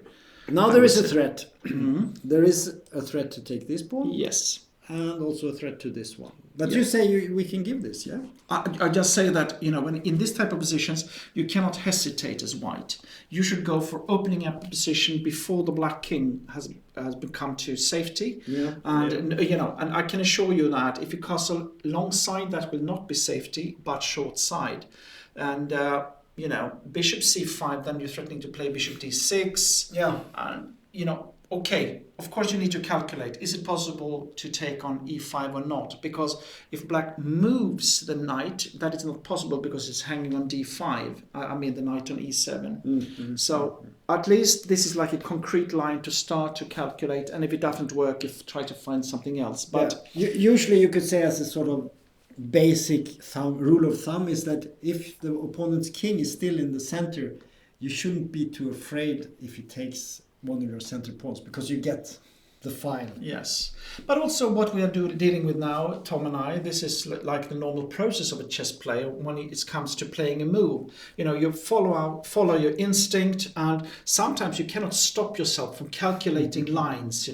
And first, if it doesn't work, then you go back and say, what are the candidate moves? What should I go for? And for me, bishop c5, that must be the first move to calculate. And after that, if it doesn't work, then I start to look for something else. Yeah. So, well, you can always sort of justify moves with simple rules in retrospect, but of course when you're in the game, you always have to calculate. Yes. And there are always tricks and things like that. But I think in this position, you don't really want black to take on b4 because he gains a tempo on the queen, and suddenly maybe your knight on a3 is not so nice anymore. And even knight e7 to c6 can follow up. Yeah, and suddenly he gets... so he played the move you suggest, and it also has the added bonus that you threaten to play bishop d6, which will be completely killing, I think, in this position, with a positional grip. So knight takes e5, take, queen takes. And rook e1, I guess. And rook e1. Yes. Queen f5. But wait. Yeah, sorry. So here you could actually take on f5 if you want, and then take on d5, huh? You could take on f5.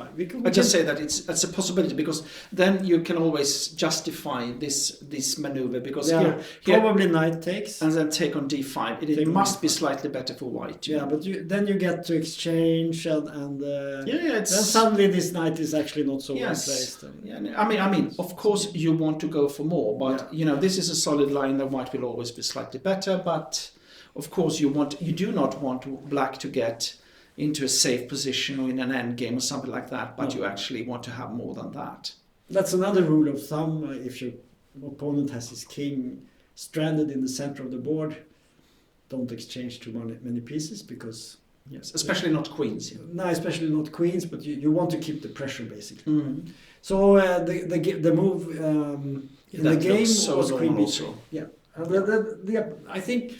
When you choose between queen moves here, I mean, there are alternatives. You could think, for instance, to put the queen on c3. Yes. To go here and keep this thing going here. Yeah. But I think what he wants to do is to keep the pressure on d5. Yeah. One problem is that if you play queen c3, maybe you can simply, okay.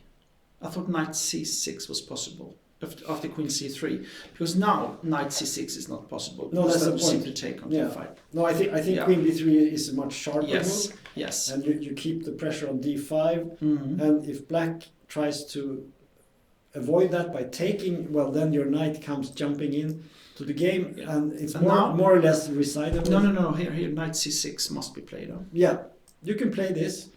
But it looks really horrible. Yeah, but at least what will happen now is that the black king will be stuck in the center. I don't know if you play knight d6 check, or you take, or I take, but then king take, and at least then you have a pawn. I mean, black. Then maybe you can go. I mean, I don't want to play it. You try to play the best you can in this type of positions, but. This is not funny. So it's more like a question of what is the best choice for white in this position. White will always have an edge, and also simple moves like rook d1 and just play in the center, because black. Take and castle. At least then he might not lose immediately. Yeah, you're right, and then maybe he has a chance to survive. Also because c5 is actually hanging here, so here you have chances. So probably you do something else. But he hasn't played anything. No, of course. So we will have to go back to this and see how black tries to solve his problems. Okay. So let's go. And now we go to your young guy from Finland. Yes. Vartiovara. Oliver. Yes, Oliver. And we said he has to play on the king side or the queen side. Yes. But this is a very strange position for me that has occurred now. Yeah, but maybe he's smart. So this was this fantasy variation of the card can, and we got to this position. Yes, and what did he play here? Yeah, he surprised us all by taking on c5. What? That's very strange. You suggested this move, and I suggested this move. No, yes, exactly, because it's like in this type of position, what you do not, one of the rules is, of course, you calculate the islands of the pawns.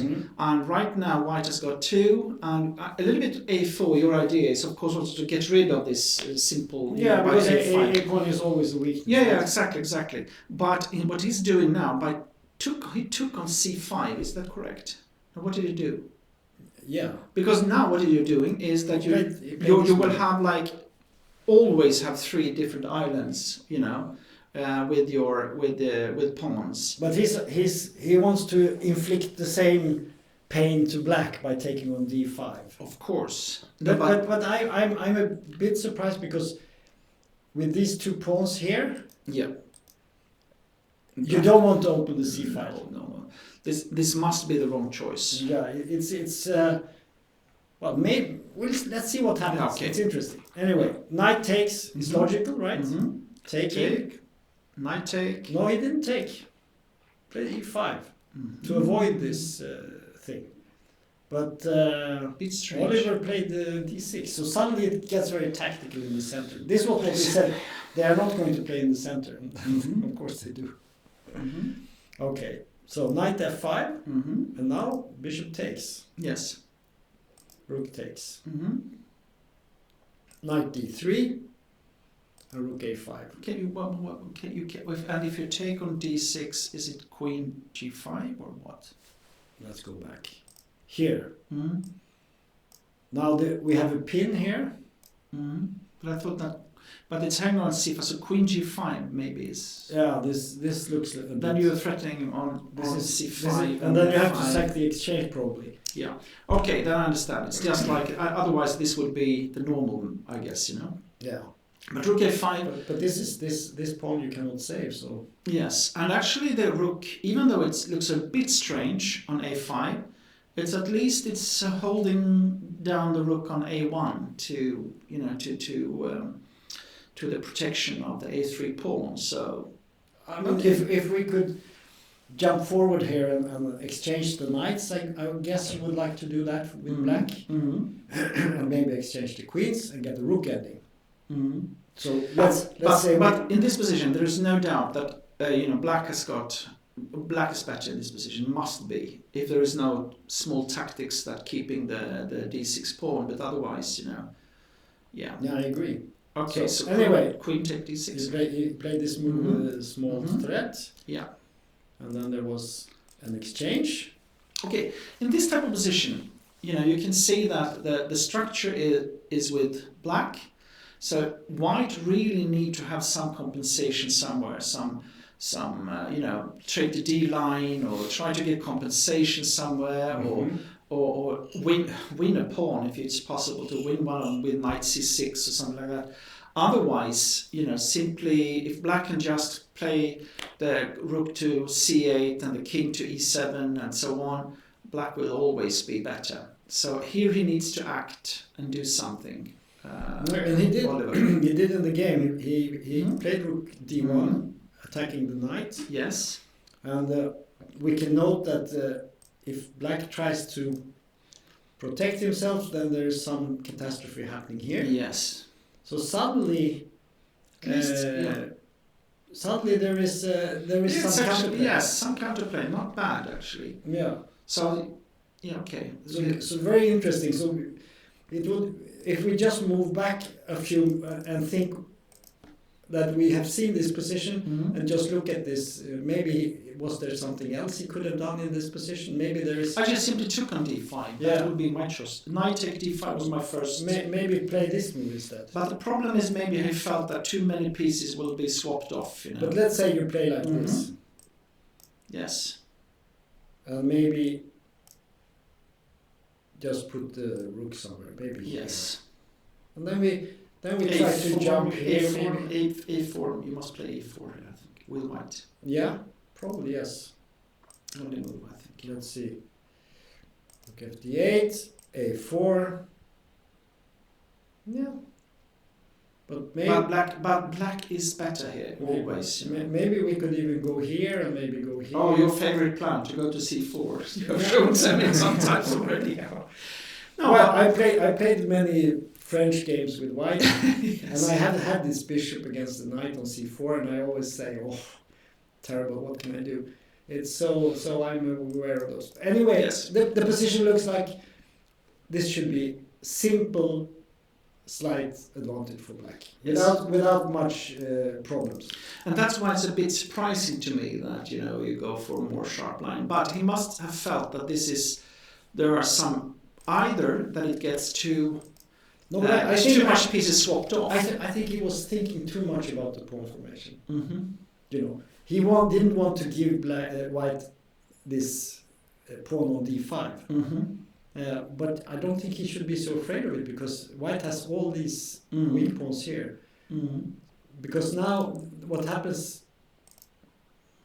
after all these exchanges Mm-hmm. is that suddenly his positions has deteriorated, and his pieces are Because the rook on a5 is a bit strange. yeah, and Even- suddenly the knight on b4 is quite good. Because white's only chance here is activity, and now he's got this open d line, and maybe even you can sacrifice the a3 pawn to get down with the rooks to the 7th rank and get some pressure, and the knight down to c6, d5, and start to making threats. But okay, let's take a look.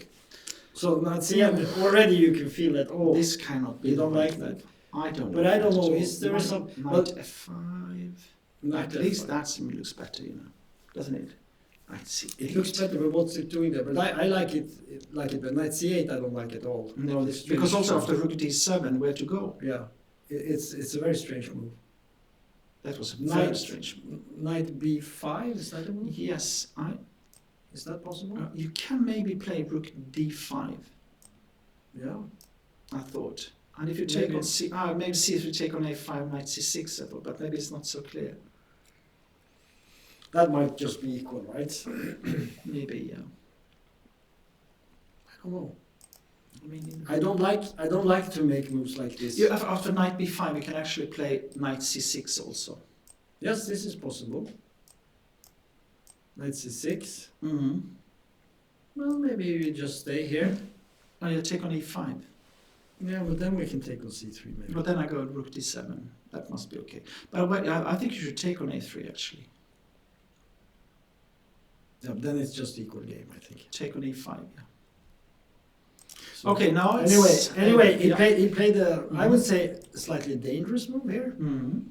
And now there was rook Yes, of intrusion. course. c5. And now, interesting move. Yeah, this is Knight also, d5. of course. Where? Actually, nice play by white here. Yes, it is. I agree. I feel better now because how should? Okay, how should black continue here? I mean, He played in the game. He played the knight b5. b5 move. Yes, exactly. I thought so. What about rook e1?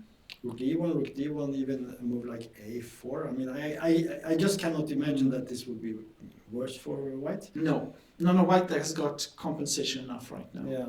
But for me, it was so strange because, with the other version variant that we looked at, Mhm. Black simply had a clearly better game. Yes.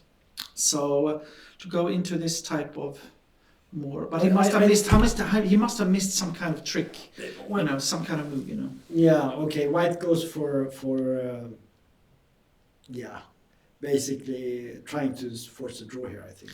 Most likely, that is what will happen. Yeah. I think Because it's take on a4, rook to b6, Yeah. knight to b6, yeah. take on b6, and then something like c4 or something like rook that. b4 and it will be maybe in the end it will be like 3 against 3, or maybe if black is lucky he gets 4 against 3, but it's a draw. Yeah, exactly. Okay. Let's go to another game. Yeah, so we have Eric, who had such a fantastic... What has happened here? Yeah, some What sort is of this? catastrophe.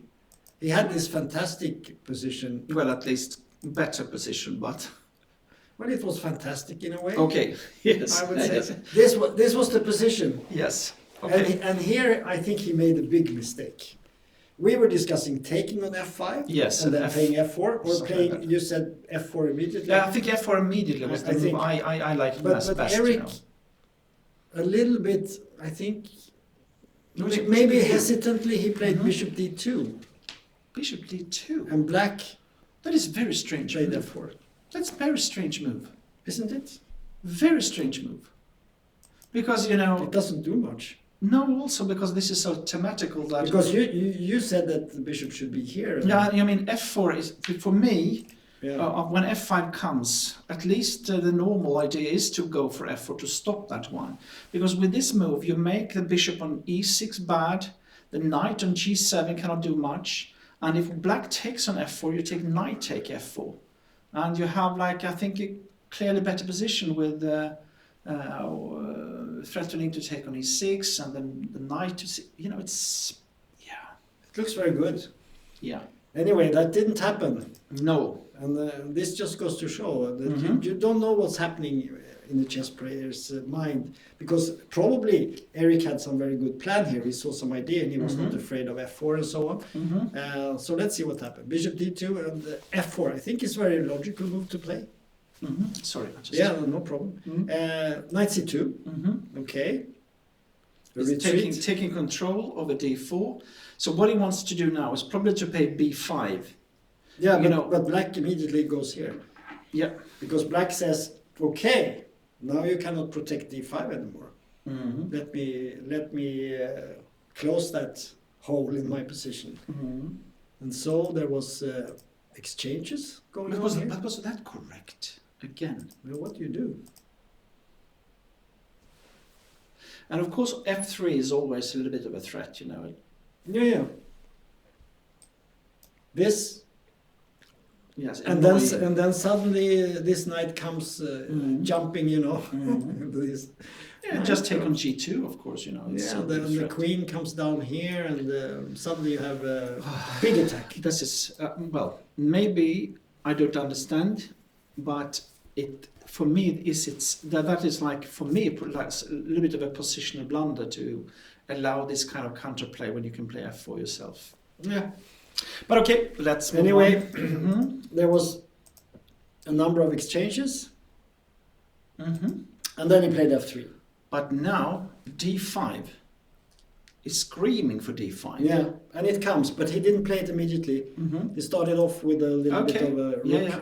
But now I think it's black who has got the better position. Yeah, we can take a look at this evaluation bar, the dreaded evaluation bar. Okay. And it gives us half a pawn. Oh my looks God. Like half a pawn. Yeah. And I think that's a very good evaluation. Sometimes we look at the bishops and we say, okay, this is the better bishop here, and this one on e7 is a bad bishop. But that's not quite true, because these pawns are very nasty. They prevent this bishop from But being the active. big problem White has got in this position is actually that fantastic knight on d5 have been instead a knight on c2 doing nothing. Yeah. So if you put a white knight on d5, we have something completely different, of course. Then we have another type of judgment to make. But with a knight on c2, so that is also one of the things, is not only to say that is this the good or the bad bishop, it's actually also look at all the pieces and their activity. And one key to become a good player is to understand how you make your pieces good and how to put them on good squares. I'm going to do like Nakamura does in this position. He would do like this, just to illustrate. Okay. This is the trick. This is the trick. Okay. Yeah. So. Yes, I see. And suddenly the knight is on d5. Yes. It's jumped there. And this is the type of position White should have in this situation. Yes, exactly. And then it would have been okay, right? Not even okay. I think White now probably is better, because we have a blockage here. We block the pawn, so it's physically impossible. Of course, black can go for knight c7, but then we can play queen b3. We can get the queen here and play d4, rook c1, and suddenly White has the advantage. And one very important thing is that if the knight on e6 try to do the same, to go to d4, the difference is that this knight can be taken off by bishop c3 and take on d4. Exactly. But the knight on d5 can never be taken. No. So, okay. So if we could also exchange the bishop for the knight, then we have an eternal knight on d5. Oh, that would be a dream to play. Anyway, in the game, he didn't play knight e3 for good reason. Okay, and probably black wouldn't have played king g7 either. You never know. Anyway, queen b1 was played. Yes. So now he's trying to get to this diagonal again. Of course, yes. But too late. d5 is played. Queen b3, rook d8. rook d1. Mm-hmm. And now a little bit of interesting move. King f8 here. I don't know. Would you play that? Is that a move to... Well, it's interesting. He does want to move the king out of this long diagonal, b3, to just go down to g8. And then, of course, the normal move would be king g7 or maybe king h. Not king h. It looks king g7 in that case. But maybe he feels that if it becomes an end game, he wants the king to be closer to the center. But king g7 would be my choice normally instead of king f8. I would say. Yeah. Anyway, he played king f8, and of course it has to do with the diagonal. He doesn't want to be... So he doesn't want to be on the white diagonal. This diagonal is not so nice because of the queen. And this diagonal is worrying because the bishop can come But there. it doesn't feel so boring, does it? But okay, I do understand that that's the thinking process. I agree. Yeah. But I'm not sure it's correct. But anyway, okay. So now Yes. came bishop e1. yes, he needs to do something, and he's ready to go for bishop f to f2. One question is, of course, okay. Can you take on e4? Yeah, that's what I thought also. And you take on d1. Yes, and take on d1, and but the e6 is hanging as well. But c2 is hanging. I know. And So, e1, yes, and so e1. the question is, what about that? You can take a look. Let's say we take, and let's say white is very brave here. I think it's maybe very dangerous. And then we get... Could also, yeah. And if you take on e6 now, as you said, well, suddenly this is hanging, and now it looks really dangerous. I agree. Now I had another idea. When you play queen take on d1, can you take on e6 then? You can just go back probably Well, you to can take d6. this. Oh, you can take this one. I'm sorry. Then I totally miscalculated. Yeah, I'm sorry. Okay. No, I think d takes e4 is It's a very good move then. You have to take with f4. Yes, and now. And now is the question. But this is But now there are many ideas here. for black, you mean? Yeah. Because at some point f3, I don't know if you can play it immediately, but it's Maybe this, you should even just simply play a6. maybe also. Just to get rid of this. Why not? Okay, maybe bishop f2 comes up. Do you really need to take on because I don't know, because white. Well, you could play this move.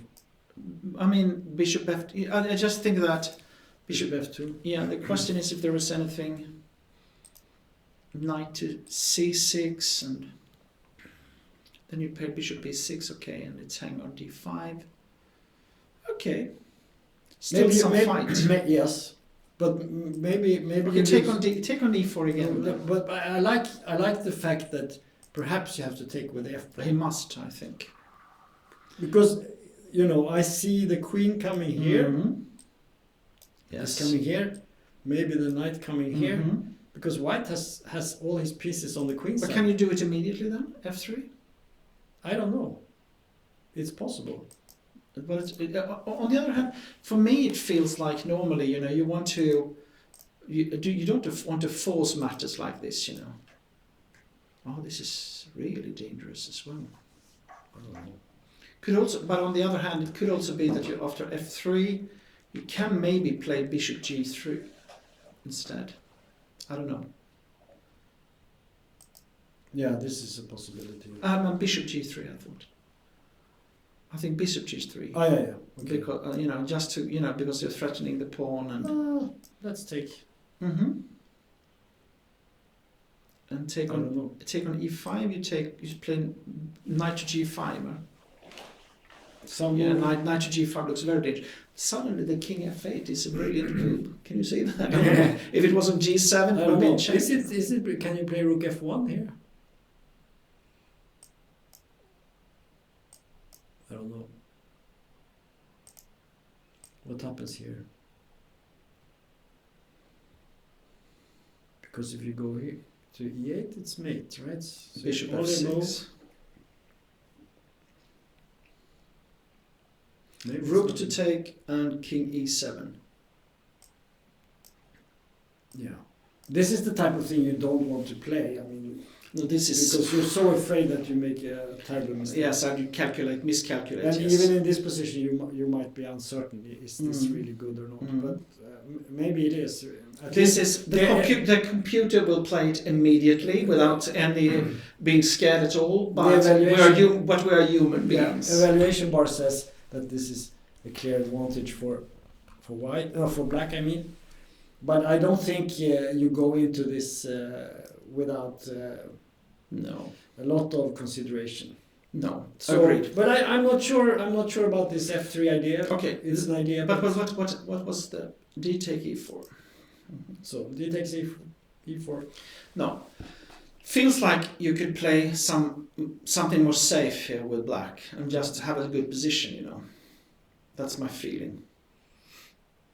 Yeah, one thing that you might look at is something like knight D4. But if you play this, I think you just take.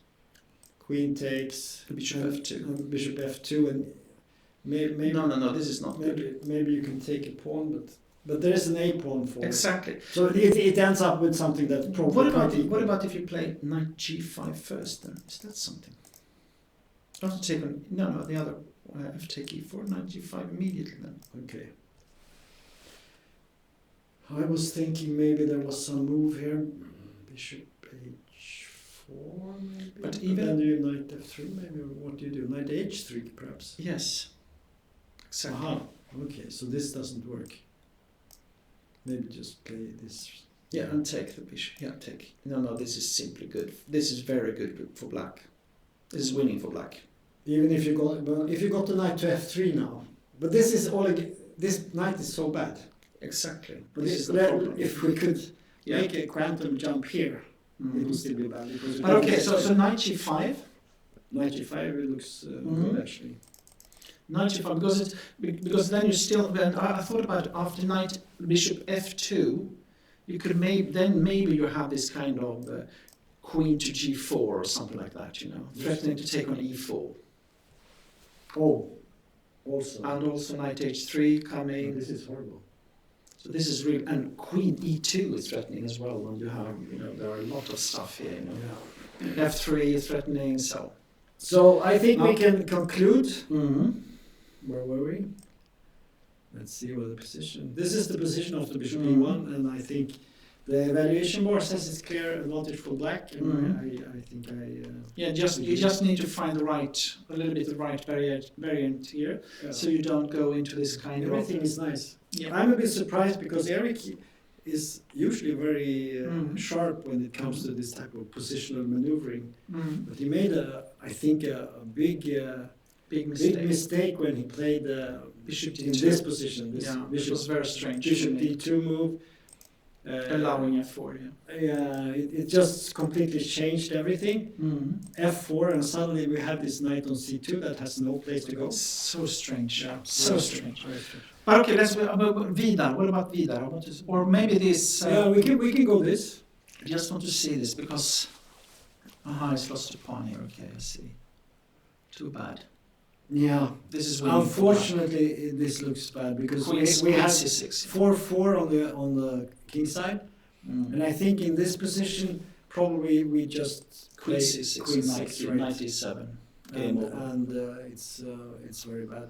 The problem with these endings is that even though the bishop very often is better than the knight, here all the pawns are on the right. Yeah, absolutely, so absolutely. Nothing to hope for. No. The only chance would be if the white king could move into the a6 pawn somehow, but the knight will block perfectly on d7. If you swap queens and so on. So this is simply lost, I can say. We have a fantastic game. Yeah. Very strange game here. We touched on this in our first round. And we're gonna just repeat it. It was the Norwegian game. Yeah, it was what you call it. Yeah. Yeah, I heard. I don't know if this is true, that every Norwegian top player has to play this line at least once. Yes. To be considered a real Norwegian. I think this was written in an article or Yes, something like that by yes. CNN or some Magnus thing. And I know that Magnus has actually played it. Of course. Yes. Like you say, every Norwegian must play it once, you know. But in the old days, everyone played it in every game. Yes, that's right. But they have come to their senses a little bit. Yes, a little bit, yes. Okay, but because when we saw this position, both you and I immediately said it should be like castling. That was the normal way. Mm-hmm. Because what is dangerous here is, you know, he took on d4, what's like that, and then... I think in this position, maybe castling is... Yeah, that's what I meant, yeah. White, I thought... might be better. Yeah. It's not clear, but it's a possibility. No, but I don't think it's a forced win, if I remember correctly, for white or something like that. So it is, in a way, playable. Yes. But I think that white has got a better position if white knows what to do. Mm-hmm. But then you need to know what to do. So Well, I think you should castle and after d6 you play d4. d4. Something like that. Anyway, d4 was played. Bishop b7, castle. Because now, this is really, really dangerous. Because the idea is, of course, that threatening the knight on d4 and then c4 follows and the bishop on b3 is trapped. Mm-hmm. So now you really need to have a good answer to this one. Mm-hmm. If you want to. And if I don't remember, is it bishop d5 here is possible? Bishop take, pawn take on d4, queen e1 check. And then you have d6. Is that the trick? Let's You have a follow. look. Yeah, bishop d5, I thought. We can take on d4 immediately. You can take on d4. Aha, sorry, then I forgot. Oh, then it's Your idea was it was something else. I just thought I've seen something like that, but you are right. I made a mistake here. But he played knight f5, and we can actually see that there has been a game with this between two very strong players. Marcela Grave against Firouzja, but I would guess that is not a classical game. That would probably be some okay, so c4 here? Yeah. Is that normal? Yeah, that was played. And now that e5 looks... What? Go back. How? Yeah, in this position, the Frenchman with three names, Marcela Grave, he played bishop f4, but I don't know. My guess is that white was not prepared for this line. No. That is my guess. But because no one plays it. And bishop f4 looks much better, actually. Yeah, you should... To my eyes. Yeah. So he played e5. And now there was queen b6. It doesn't even take. No, because the bishop is trapped. Of course. It's no, that's logical, you know. Why? And then there was an exchange. But unfortunately, black is better developed than white. You have this check on e1, but it's not really that dangerous. Yeah, e1, king f8, bishop f4, take, knight c6. Yes, covering up, also e7. So what's the score here? White has one pawn for peace, for knight. And of course, you know, there's still some questions about how black could get out the rook on h8, and there of course a little bit open line and so on. But it's hard to see how there could be any compensation in this position for white, you know. And if you manage to swap off the queens, there is no doubt. In another plan, you know, just to put the knight on e6, covering up. No, it's this must be winning. I mean, with careful play, there is no doubt. But sometimes things happen. So sometimes you are not careful enough. So knight c3. Okay. Yes. h6. Okay. Good move. King g8. Bishop c5. Queen f8. He's maneuvering, but he has all the time. White is not threatening anything. No, exactly. And here we get your idea. Yep. And now rook e7. Of course, he has to. And he needs to do. That's exactly only something. And you know, even though the knight might take the rook, you know, let's go to pawn. Yeah. So, but I would say the game is not over yet. There is still fight. but That's about that. Yeah. Okay, nice. Still, it depends. I mean, we have to also look at the times, and we see that they have only played 22 moves, and Black has only 11.5 minutes. And then, of course, you have this situation, that the Black player that is, a lot less in elo, getting a little bit nervous, has got a chance to he should win and so on. Let's check who this guy is. No, I didn't have that. Sorry. Okay. But I think in this position. Is this a position?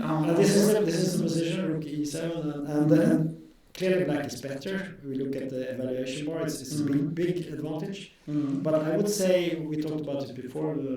How easy is it to find moves? You can find moves, but what's the plan? How do you actually get that? I think that knight e6, bishop c6 is a good start, because then you're ready to go to threaten the rook with your knight and f6, just to cover up the d7. Of course, it's winning. With some care, it should be easy, but with little time.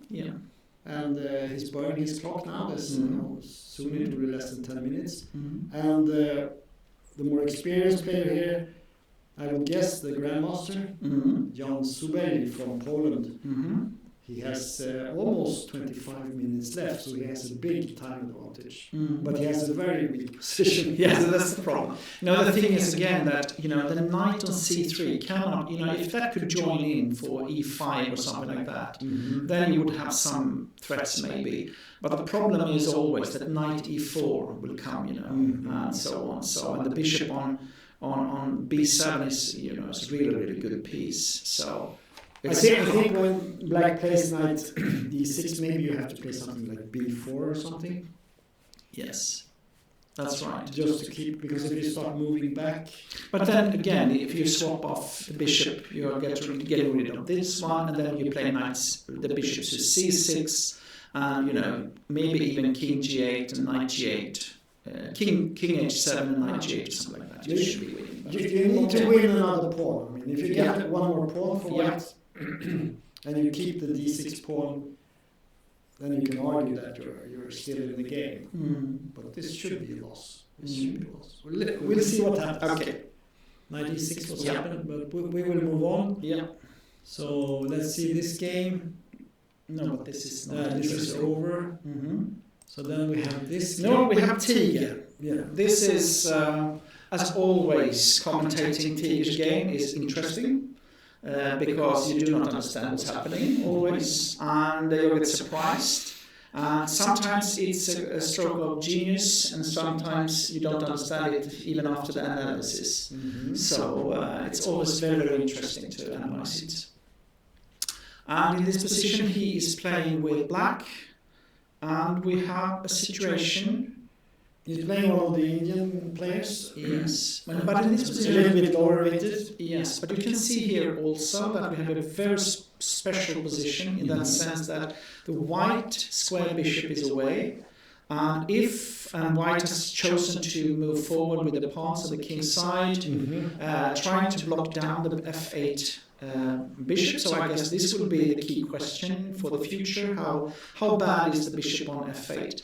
But with this said, the white king will also could get in trouble due to this open diagonals and so on, due to this g5 idea. There's also a very direct problem for white, because we have this fantastic knight on f4 threatening the queen down here. And you must take the bishop, And whichever way you take it, let's say you take with the bishop, pawn takes. Suddenly there's a big threat to take here. We have this thing happening here. So you probably have to move the queen. Maybe go here or something. And rook e5 maybe? Maybe rook e5. Threaten to take on g5, and if you take on... And if you take with the... You cannot take with the queen f4, because still you can take on d5 and same on e1. So, yeah. No, this looks good actually. Yeah. Well, they haven't played this yet. It's knight on f4.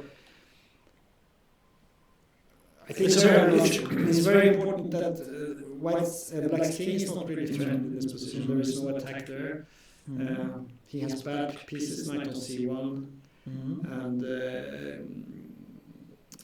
there are good chances for Black to break out. I would say that the only chance White has got, the only advantage, is the bad bishop on f8. If you can survive, with the rest, you might have chances due to this bad bishop. The problem is that Black is going to break open. That's what you must avoid, otherwise you're just bad. You have to avoid the thing that's going to happen. Yes, exactly. That's not a good fortune. Yeah, that's very bad. Okay. So we believe that T is simply better here. So maybe we should go back again Yes, and see if there's something interesting has happened. Oh. So let's see. This is we have to go back just to see where we were. And we have this position. And bishop g5 and c5 we saw. Rook e1, queen c7. I don't think we saw that. And here White decided to exchange on f6. Yeah, that's what I said, that the only chance is actually to take the pawn. Do you remember? I believe that. So this was happened. Because not to take with the rook is very dangerous due to rook e8. But there is a queen f4 check. Switch Zug. Yeah. King d1 and g takes f6 to prevent the rook from coming down here. But still now, actually, I'm not, in a way, I would have liked to have the knight, you remember on c4 early, we had the chance to, in one sense, because now there is not so much attack on the white king as you could, normally you have a great attack when you have such a bad No, but there could be an attack with, say, even in a move like c4, a rook goes to a6 and b6, and suddenly you have this, the threat, to have a discover check down the king here. So soon I need to have a small break. Sure. To give my son his bags for his going home. Yes, thank you. I do that. Okay, we will continue with the interesting chess here. So, according to the evaluation board, to me it looks like the position is fairly equal, maybe even slight advantage for White. I think in practice this would be easier to play with Black anyway.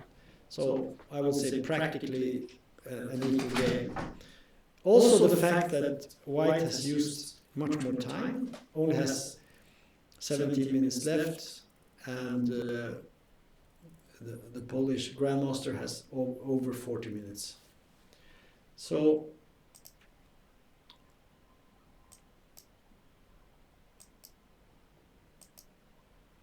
but let's see here. King b1, yeah. Gf6, Queen e2, Bishop d7, Knight h5. So White is going for the attack. Rook e8, Queen f2. And now comes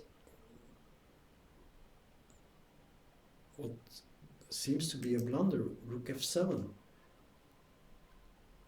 And the evaluation bar jumps up. Suddenly Black is blitzed with an attack here. Now there's a big threat. Queen b6. Yeah. Okay, so let's look at this position. What do we have? Well, there is some threat by Black to check with knight takes d4, but it's White to move. What do we do here? Yeah, it's not clear. Well, the computer suggests that this could be good. And now rook e1.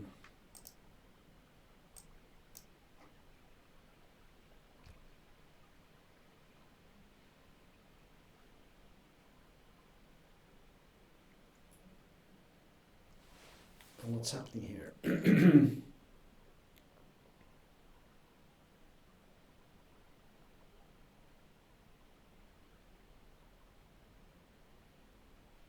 But this is very, very tricky to play for white, because you have to find the only move.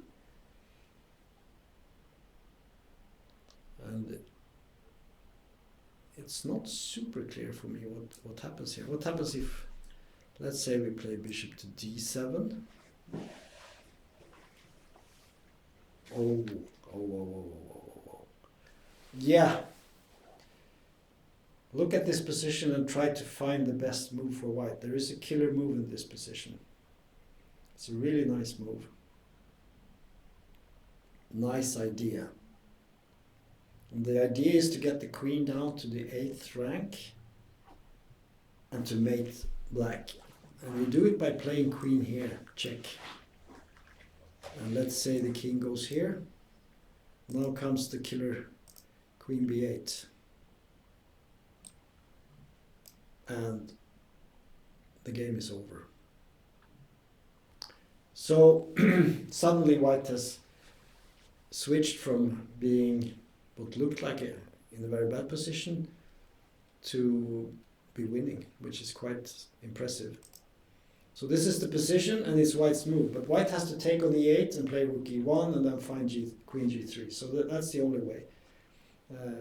If you play something else than taking on e8 here, black is okay actually. So it's a very, very sharp position, very easy to make a mistake here. And when you have situations like this, you need to think, but we can see that white has not so much time. But yeah. So what happens if we play queen g3 first? The king goes to f8, and after rook takes e8.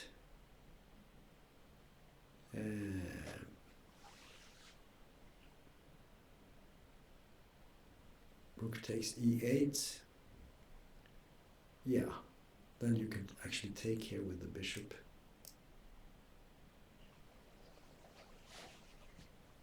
And there is no more checks. And then suddenly the attack goes to white. So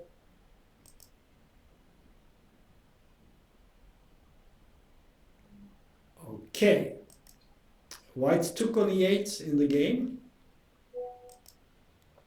The bishop takes, and he played rook e1.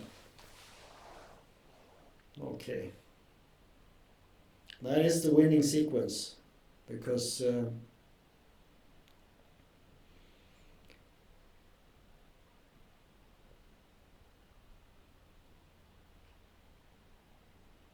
yeah, but it's still tricky. But after king f8 now, if you play bishop d7, of course, queen g3 wins the game, and it will be mate in a few moves. So that's not playable. And if he plays king f8, I'm looking at maybe playing like queen f4, looks good, with the idea queen h6.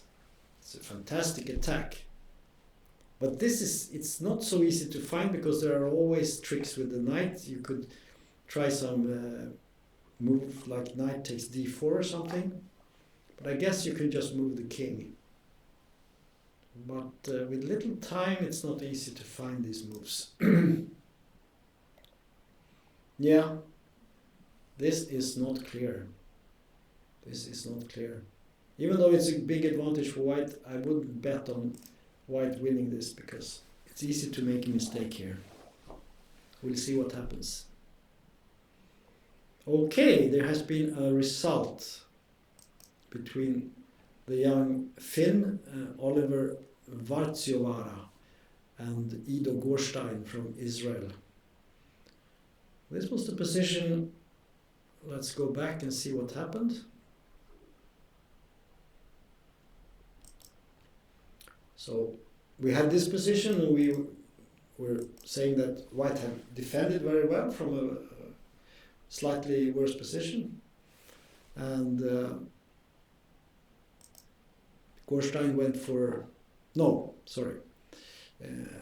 Oliver Vartiwara. He played a4. In a position where he could, maybe if he was very ambitious, he could have played this position because the knight on d5 is so strong. I don't think black really risks losing, but anyway, white went for the exchanges. And black used a little trick here.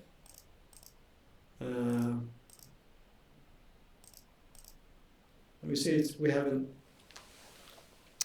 a rook ending with equal pawns, but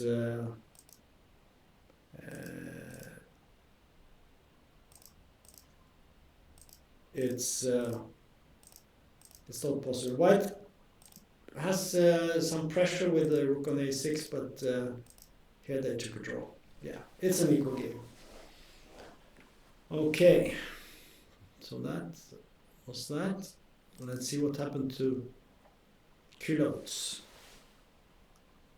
Okay, let's go back. So we had this position. And the last move was queen to b3 from d3 here, with pressure on d5. So black took on c4, knight takes, knight c6, exchange on f8, and rook a d1. So very calm play here by white, very logical. The king is on f8, blocking the rook on h8, so this is a big weakness here. And there's a threat to play rook d7 and knight d6. So king e7, knight d6, queen f4, rook e4. And where should the queen go? Well, there are not many moves actually. Queen h6, what do we do then? There is a very strong move here for white. Yes, correct. Knight f5, check, winning the queen. So after rook e4, you don't have many moves. You can go to f6, I guess. Or, as in the game, to g5.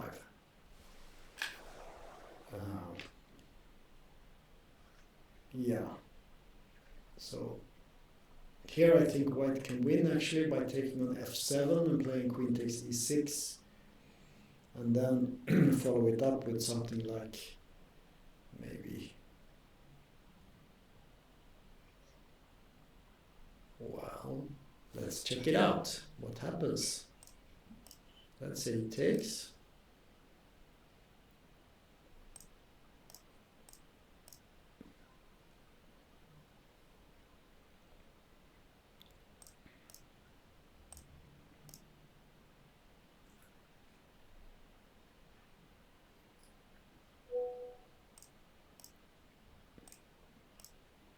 Yeah, this looks extremely strong. And now maybe rook d5. You can check, but then the rook goes back, and then there comes rook f5. So white is winning. So we move on to this game. We had this position. This is between Erik Blomqvist and Chatterjee Utsab. And we said that in this position it's a very dangerous position for white, because black can take, and he did, take an e4, f takes, and knight g5, suggested by by my co-host Jesper. Looks very, very strong. And in the game, Erik played bishop f2, and we got queen g4. Well, and Erik took on a7, so this is the position in the game. So the question is what to do here. It looks strong. Should we play f3? Or what can we do here? What's a good move here? It's not so simple. Yeah. f3. What happens after f3? Let's have a look. f3. Maybe knight to e3.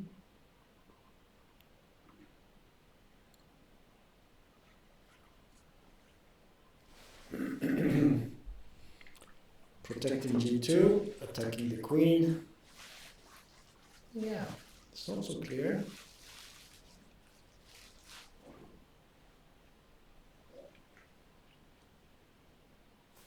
Was there another move here? Maybe play this, I don't know. Also possible.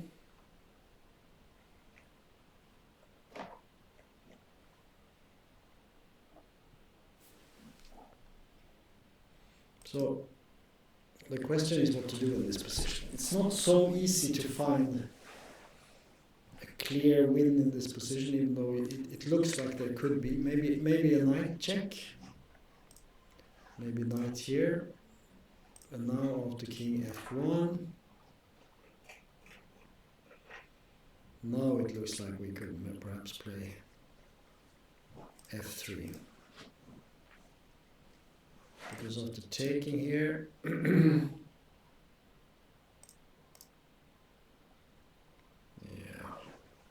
if it takes, we can attack with queen and just mate on e2.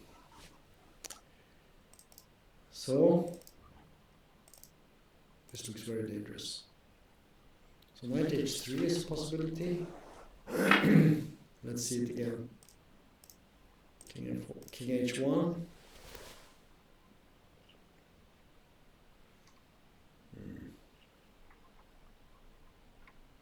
Again f3, but then there's knight e3.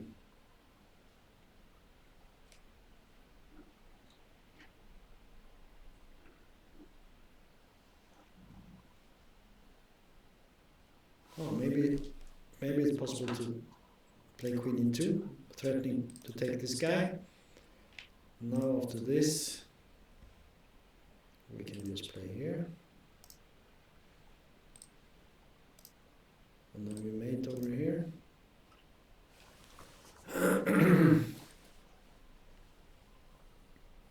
Yeah, very dangerous position. This should be a win for black somehow. All pieces are active, and white's position looks very dubious to me. So, most likely a win for black here.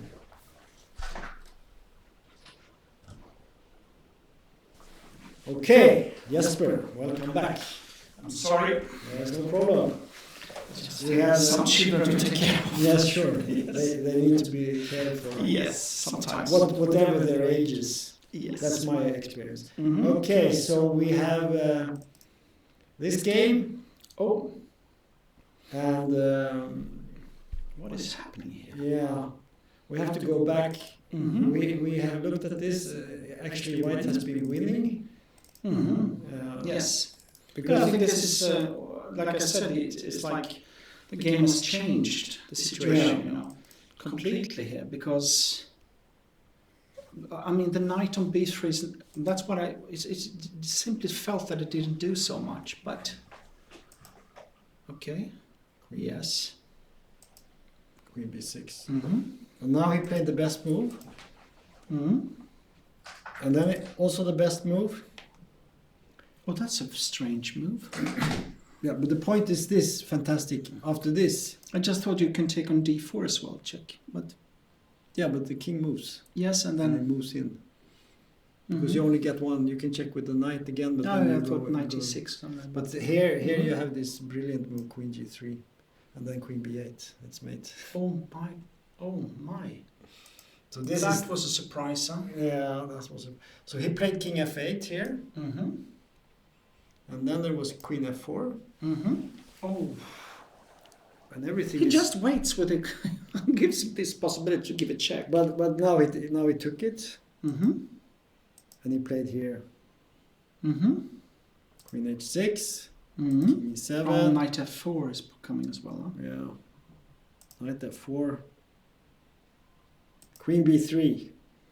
Okay, desperate attack. Check here. Mm-hmm.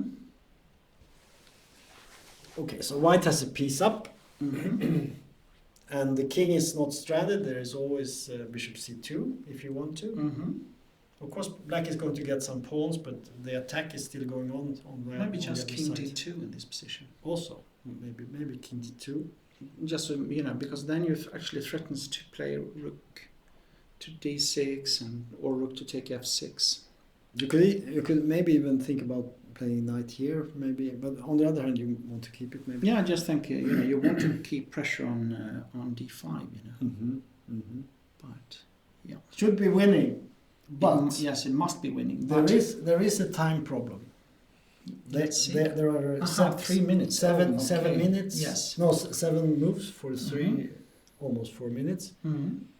And the situation is not that easy. There are still. Is this the game? This is the game. Mhm. This is the game. King Mhm. d8 was the last move. Mm-hmm. And how many moves is it left? It's Seven moves left. 7 to 4. And then they get another half an hour, or is it 1 hour, or what is Something like that. Yeah, I don't know exactly. We need to check this out. Yeah, we have to check that. Of course. So let's go to the next game, and here we have. That's very surprising. I think when we looked at the beginning of this. Yeah, there was a completely. Yeah, he was winning. But here white is simply winning. Yeah? White is winning. Let's take a look at that because it was. I think it's very instructive the way it he was played. very, You know. Because I did check this a little bit yeah. while you were gone, and we saw this. a knight. C6. Yes, exactly. And now the question was. now came this very simple, Mhm, I mhm. think very Mhm. positional way to play it. Yes. You just. I said king f8, and we discussed this. Yeah, and you can say, okay, white has everything centralized, and Mhm. he can play for a long Rook term. AD1, maybe. Yeah. Oh, yes, okay. And Yeah. now after this, he went for an immediate attack in the center. Mm-hmm. Queen f4, Trying to go for the b4. rook e4, very strong That's, move. that's good move, yeah. And here, yeah, it's difficult. Queen a6. You have knight f5, and Mm-hmm. so he played this Queen move. g5. Queen g5. Mm-hmm. And now knight f7, of course. Now everything comes, Mm-hmm. and rook d5. And you can play queen c1, but I think Rook after, e1. after that, we have this simple move here, And then rook and then f5. rook f5 we win. Mhm. So this is winning. This is over. Is this the game? No, rook It's d5. resigned. No, Resigned? he's thinking here maybe. Thinking. No, this Yeah. was. This is the position. Yeah. But very good game by Kulauts, I think. You know, very... Typical game for him when he's in form. He Yes. plays very Yeah. very Active. sharp and very Yeah. active, and he just. Yes. But Well, then that's we nice. have Eric. Yeah, what is on? Yeah, it happened like we thought. Aha, I did. Okay, interesting. So in this position there was king f8, bishop e1, and Took. now he played Did he take? Yeah, f-take. and knight g5, He played this. Okay, that's interesting. bishop f2, Mhm. and queen g4. Yes. And now Eric, he wants to have something to, comfort but himself. he- So no, he took the pawn. boy. God, he took the pawn. But actually, this position is not so easy to convert. I think. But I think knight h3 is actually the best move. Mhm. And if you play queen to e2, you play knight e1, maybe. Yeah. Cover up. Yeah, Okay, I see. yeah. Okay, that's so the knight, point. knight, And f3, you play what? maybe knight e3 is a move. Just Mhm. attack the queen and protect g2. And it's not No, so but- it's not so clear. That must be. Then you play check on h3 and take on g2, something like that. Yeah, but king h1 and you take with the knight, and Mhm. it's not, the bishop is still protecting from a7. Mhm. Okay. So No, he's fighting, of course, Yes, but it's- it's simply, but it feels that this must be winning in some way, but here again we have this time problem, Mhm. because with What is the time? with 12 moves Eight. to Uh-huh. play, 12 Mhm. moves to play, and only Mhm. 5 minutes. Yes. This can be stressful, and I say Mhm. that I think you should combine the queen e2 move with some knight. But move or actually, you something can like that. also take on e4. Yeah, maybe this is possible. I don't know if it's good, but I just saw that this is a possibility, Yeah. you know. But that doesn't make it more easy. No. But I just, you know. The problem with this position is you have many moves. Which should you choose? Sometimes you don't take the sharpest option because you don't want to take any risk, and then you give away a little bit of your... What? Queen e2, knight e1, and take on e4 with a knight.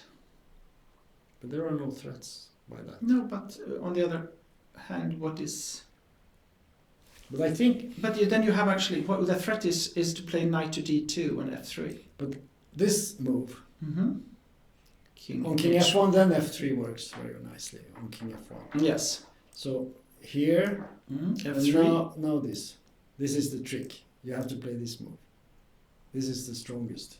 You threatens to take on. And then you take here. And then knight, queen f1. Oh, this is good. Because you cannot play, because there is mate in 2 after knight here. Well analyzed. Well... Or you had some help. Maybe. I had some help. Okay. I was helped by the computer, but nice. Because at first I thought maybe you should go here. Yes. I mean, this looks very normal, but I couldn't. I didn't see anything after knight e3. It looks. I mean, black is of course not worse. How could you be? No, you're not worse. Of course not. You could check on h3. No, but there's no doubt. But what you show here is, of course, that it's actually important to play the correct. Actually, they have this position. They have this position. So he gave it away because this is according to the evaluation bar, and we all are believers, big believers in evaluation bar.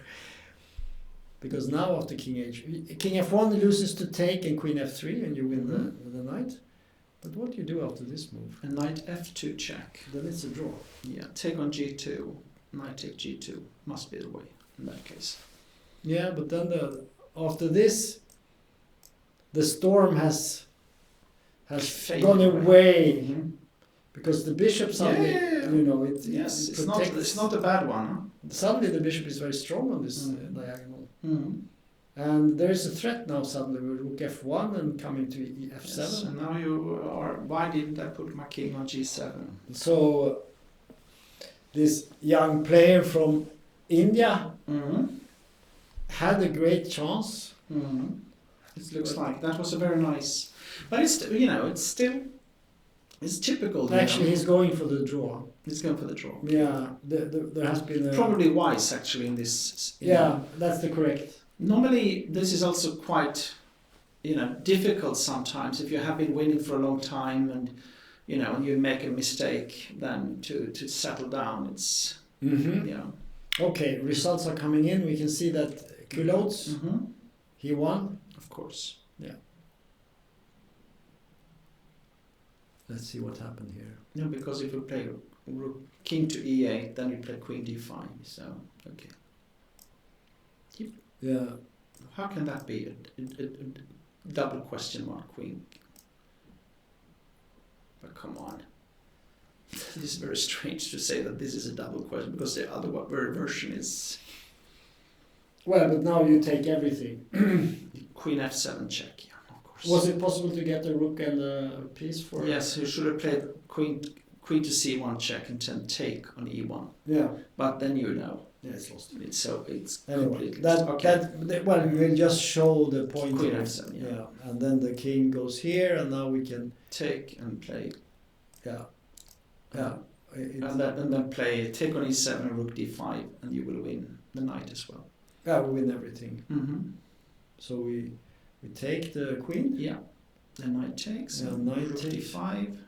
It's a bit slow here because it has to send all the information to wherever it is. And then we check, and then after king c6 we play queen. Exactly, c6 that was my idea. Yeah. And then it's probably also mates. So it's completely over. So let's see the first game. Yeah. What did he play? Did he play king to d2, or what did he play? It was earlier on. Yeah, this is okay. Let's take a look here. Here we have this position. Yeah. King d2. You played king d2. Good. Played your move d4. CD, C4. Trying to get something here. Yeah. Queen A3. Mm-hmm. Knight D5. But it doesn't look very dangerous, the black attack here. Bishop C6. Queen F4. Very nice play. The idea, of course, is if we take, Check on there is D8. there's And then take queen to E8 and take on F7 with check. Yes. He's playing really strong now. Yes. This guy. So here and we go here. We take the rook and we continue to take everything, and it's over. Yeah. So this is game over actually. Yeah. So Kudos. We he made a draw. Yeah, it was a rook ending, as we said, and it was a draw. And Eric managed to scrape out a draw from this game. Then we have this position. Have we checked this? What is this like? What was this? Yeah, this was the. Okay, interesting. Because this here we thought that black was clearly better. Yeah, it was like this. Yeah, we said that this should be some advantage. Pair of bishops, hanging pawns, usually a good combination. So A6, bishop C6, H3, Queen E6. Yeah, because now it's no doubt that it is black who is in the driver's seat in this position. Because if you play against this type of pawns in the center, you need to have really good pressure on them. Otherwise, those are normally strong, and I cannot see that any one of them are in danger of being attacked really. So black has a very good position. Yes. But white has a very solid position too. So still you have to prove something, Okay, B4. Right. That's take it, I'll say. He didn't do that. Because then D4 square and I know. Yeah. But he played D4 instead. He takes C4, Queen C2, Knight D5. But this was not right. We can see that the evaluation shoots up. So here he made a bad mistake. Yes, that was very strange. Yeah. Take on B4, is that? Yeah, he has a pass pawn on the C5. Why not take the pawn and just play the position? Yes. Looks good. But he didn't. So that's a really strange move from my point of view. This might be okay, but... Oh, let's see. So Queen C2, Knight D5. Rook E1.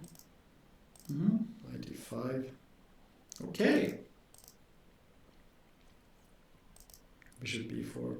I'm not sure why to play this the best way here. No. Here it looks like. Let's take a look at this position. Yeah. What is happening here? Okay, threats to. Is it B5 or something? What happens? Can you take on C3? I thought maybe you take on C6 then.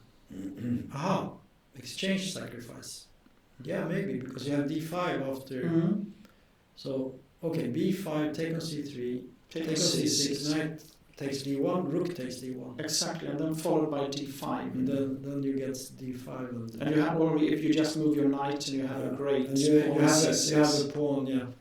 And this is difficult to see because you don't want to sacrifice material. But so I like to. So Tegan would have chosen this, even in a blitz game for sure.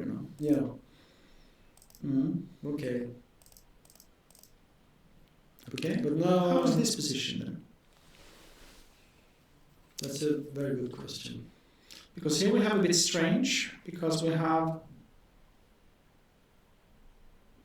It's equal, and you have quite a good knight on E5, I believe.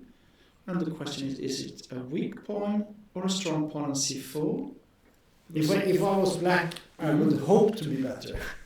Yes, but it's not so easy, because Rook A4 is threatened, Yes. And then take on C4 if possible. No, there are problems. The pawn on A6, mustn't forget that after a lot of exchanges, suddenly this might be a pass pawn and then you win. So in the game it was Queen E6. Logical idea to come here and that's good put pressure down in this way. Yeah. And then there was knight f3. Was that correct? Sorry, that looks strange to me as well. Okay, who am I? Yeah. This is typical. In practice, you don't want queen d5. The queen d5 threatens f5, and suddenly things are getting. And rook a4, then maybe queen d5. Is that the point? Something like that, I guess. I don't know, but let's see. Rook here, queen d5, and if you take on b4, f5. Yeah, at least that is annoying. It is for sure. Yeah. And okay. So he went knight f3. Yeah, maybe it's okay. Yeah.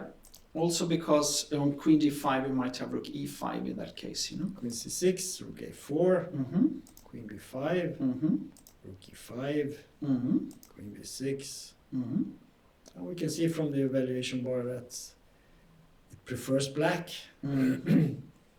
Probably because it's not so easy to find the moves for white here. No, that's true. Rook a1, c3, b1, rook c4. But it's a dangerous position in the sense, that there might be like moves like. But now he won a pawn. Go back. Can you go back? No. Forward. After rook b1. After this position with rook b1. Yeah. Okay, we'll just see. There was I had queen a1. Yeah. Okay, and now what happens? C3, rook b1. Now rook c4. I just thought there is no tricks here. When you have a pawn on c3 blocked by a queen on c2, the time for cricket has passed. No, but now there were like ideas like rook c5 or something like that. There were a little bit tricks, but it was not enough. So you would like to do something on the king side, but the pawn here on h6. No, black is better here. Protects this square. So this knight is actually quite bad here. You cannot do much. It's just protecting, right? Just cautious, it's okay. Yeah. Okay, d5. Took on a6. Okay. Queen e2. All trying to do something. Queen c8. But keeping everything protected. And now he's ready to seal the queen side with this move, and then he has this enormous. You cannot see any real. White. As soon as white moves something, he can play c2 also. Yes, of course. You can do it anyway, maybe. Yeah. So this is winning. Take an e4 and a5 and okay. Yeah. So yes, let's take a look at what's happening in this one. White is winning.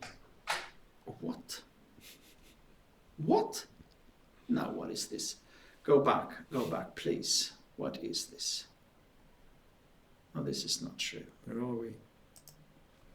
We were here somewhere. 96. Bishop b4, okay. Queen c8. Knight d1. Okay, now knight d5. Knight d5. Knight d3. b4. Why?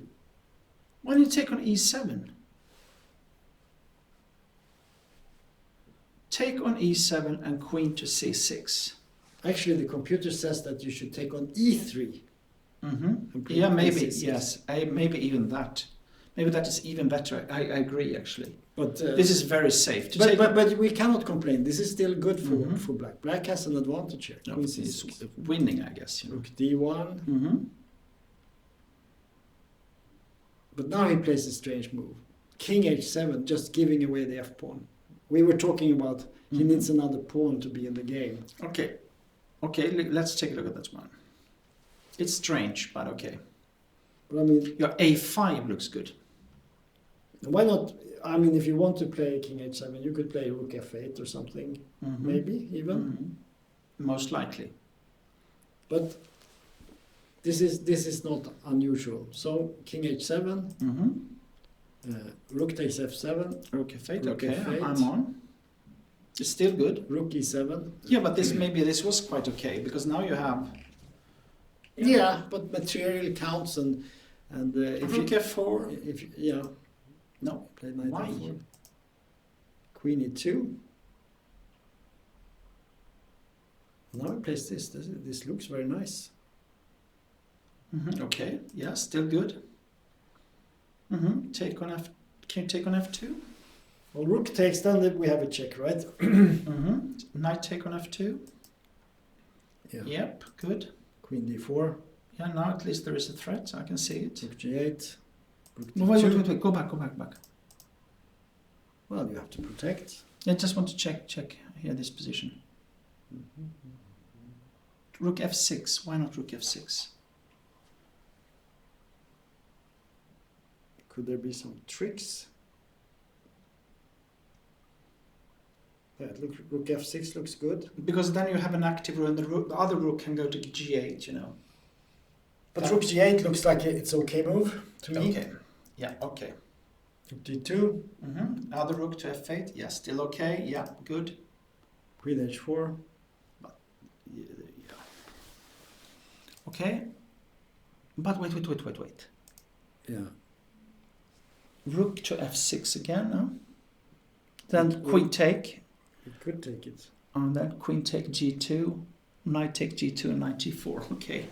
Very It's a too advanced in a way. It shouldn't be. You should. But if it's good, you know. Because then you're losing the d pawn and suddenly. But on the other hand, the knight is hanging. So okay, what happened? But he makes a terrible blunder here. What did he play? He played knight e4, and suddenly white is winning. Look at the valuation bar. Because there is a way to attack. Knight to g4. Knight g4. And he found it. Threatening queen takes h6 mate. Terrible threat. I don't know what is this.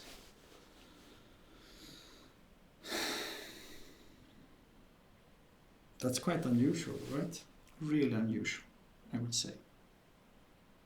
But go back then. What? Because suddenly they're you know because you know and king h8 you take on h6 simply. Huh? If you play king h8. Yeah. We take here. We threaten mate in many ways in one move, and yeah, it's just completely lost. Yeah, you could say white is very lucky here, but let's see. After in this position, instead of knight e4, what could you play instead?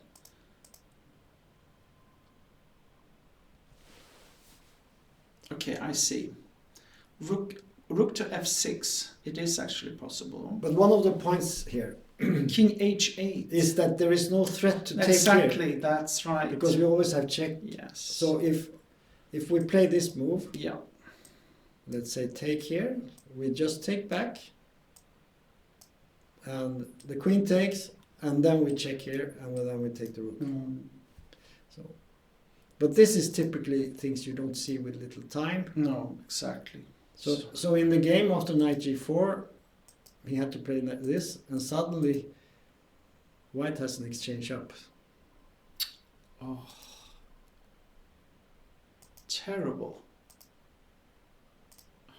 God. Yeah. Okay. And the game will soon be over. But that is terrible. Yeah, that's very sad. What a lucky guy. What a lucky guy. Yeah, okay. No, well, on the other hand, he still continued to fight. He tried, big mistake in the opening, trying to do his best. So, of course, even though you're lucky, you have to fight for the luck. Yeah. And he continued to make it difficult for the opponent, taking his chances. Yeah, and good. And here we have a game that is a bit strange position. It is a very strange position. What is this? Yeah, this was the gambit. Okay, yeah, but we said that it felt like something started to get wrong. Bishop d7 was perhaps also good. No. b4 came. d8, knight g3, f5, also not good. Check. And now queen d4. Yeah. Very poor play, I think.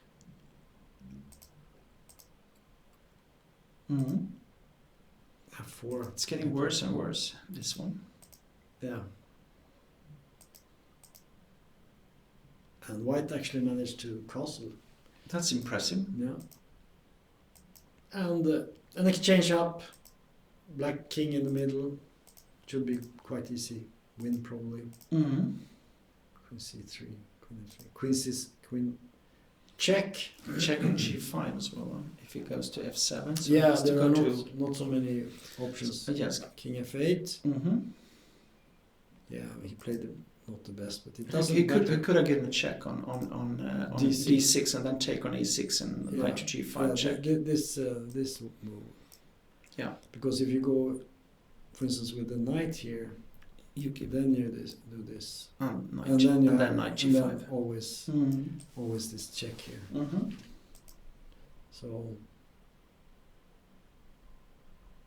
So this was the position. He didn't play that. Mm-hmm. He played knight f2.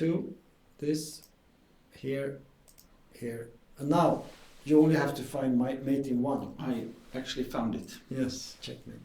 Very nice. Mm-hmm. Okay, Okay. and let's see. Tiger. This looks very good. This is winning. Simple. Because there is never any counterplay. Queen h6, bishop f8 always. Yeah. And you just push the pawn. So he is Yeah. going to win. He has Yes. actually a very large advantage. 61. Yeah. Tor Fredrik, it was a draw. Okay, interesting. But we must, in a way, we must look at Sivuk, I think. He's actually the reigning Swedish champion of this era. That's correct, huh? I think so, yes. Where is he? It was up, I think, here somewhere. Yes. Just interesting to see how this is. Okay, He's so better. it's better, Not won yet, but but it's close, I would say, yeah. due to this He- extra pawn on the C file.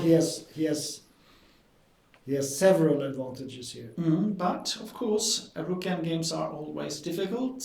Yeah, but White has a scattered pawn formation here. Exactly. So these three are very vulnerable. Black has a very good formation here, and Black, I would say, has the better king, and he has an outside pass pawn.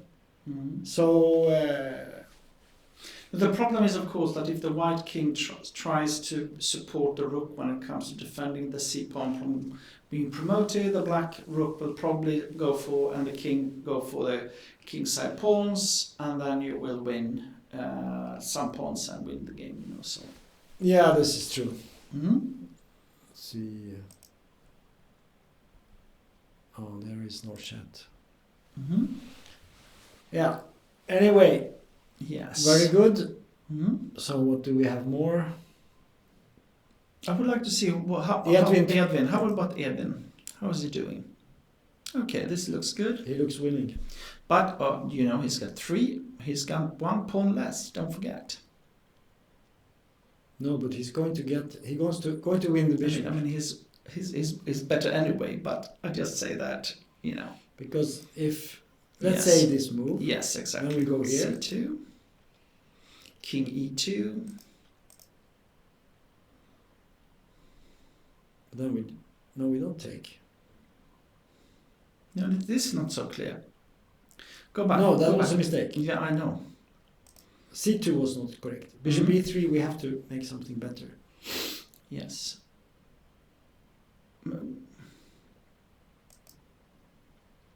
Maybe you should simply play H5. Yeah, probably. Because White's in What is- Zugzwang. Yes, exactly.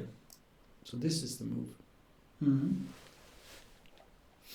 Because now after bishop C1 we can play knight D4. Mm-hmm. No, King E4. After bishop C1, I mean. Aha, I'm sorry. Okay. Then Good. we can give the check. Mm-hmm. And What about if you play? For me, the logical move is King E2. yeah, but then we just move in, right? No, but it must be better Here than we this. win with this. You simply win with this one. Exactly. So let's try this move instead. Mm-hmm. Here you mean? Oh. Is it slow? Yeah, it's Mm-hmm. it's Okay, difficult. no, It's I think difficult. Bishop E3. Bishop E3. You want to do that first? Mm-hmm. Okay. Mm-hmm. And that was set H5, huh? Yeah, that's good. And then King E2. Yeah, but then we can. Then F3 check and King D3. Okay. So let's see here. Let's take a closer. So it's I think it's a little bit. Are you sure about H5? No. I just said that. I thought h5. But just say that the only chance that I can see is actually h5, king e2, and f3. Yeah.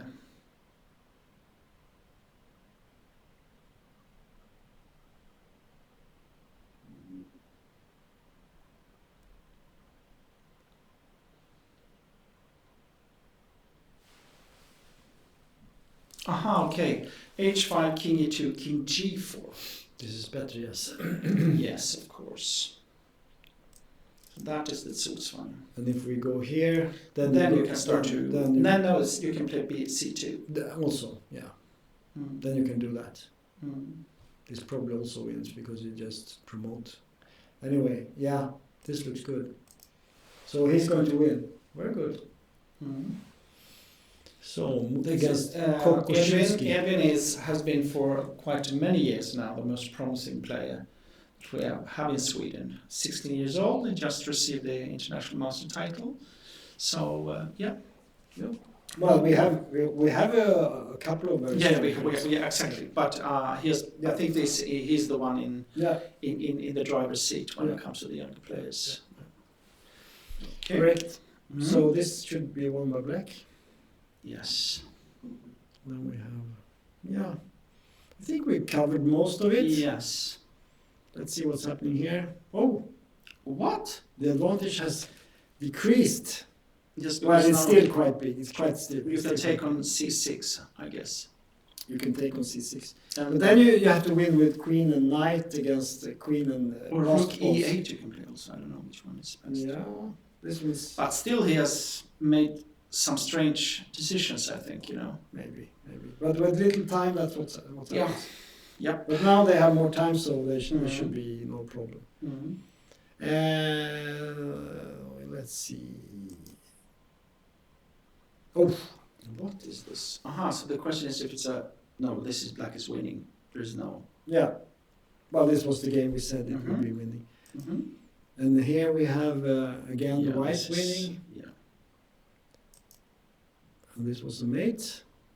And we have this. This is still some play. Because on king f5, there will be e4 check. Yeah. Maybe he made a mistake here. Yeah, that's exactly what I thought. That looks very strange to me, this decision. f6 is a very strange move. Or rook c1, okay. Okay, sorry.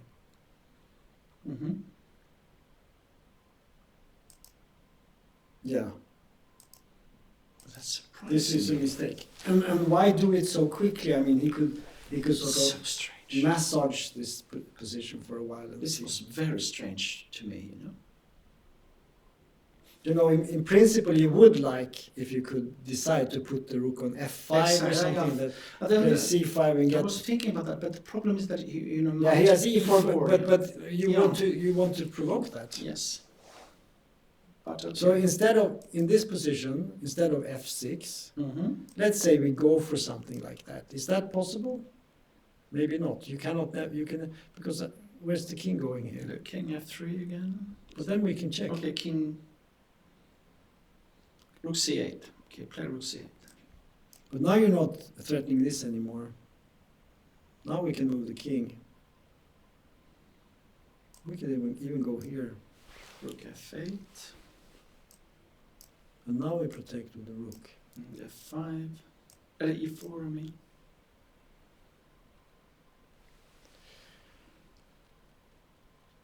I'm not. I don't like the rook on. Yeah, now we move back. What are you doing? My best.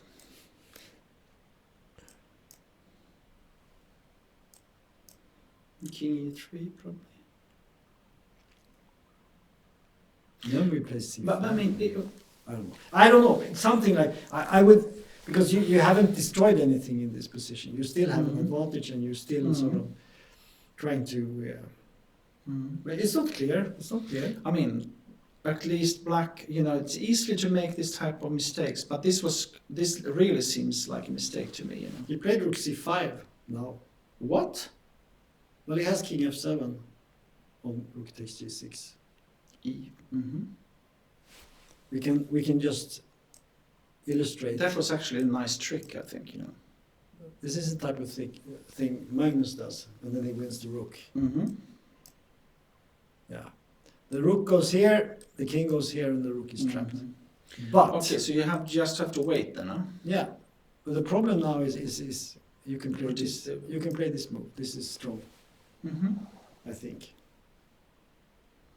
Because if you play f5, yeah, then we take queen g6 with check. So what are you going to do here? Okay, rook c3. Take? No, you can't take now. But you can protect king f2. c5. Yeah. Okay, so maybe it was not that bad, you know, because... It's not so clear. Yeah, he has No. a trick. He There is has a got a trick. trick, okay. He has a trick, Mm-hmm. for sure.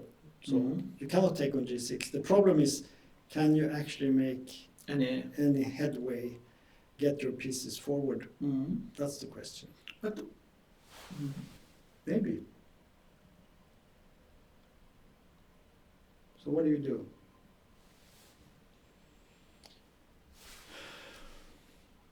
chess is difficult. I think rook c3 looks to me like...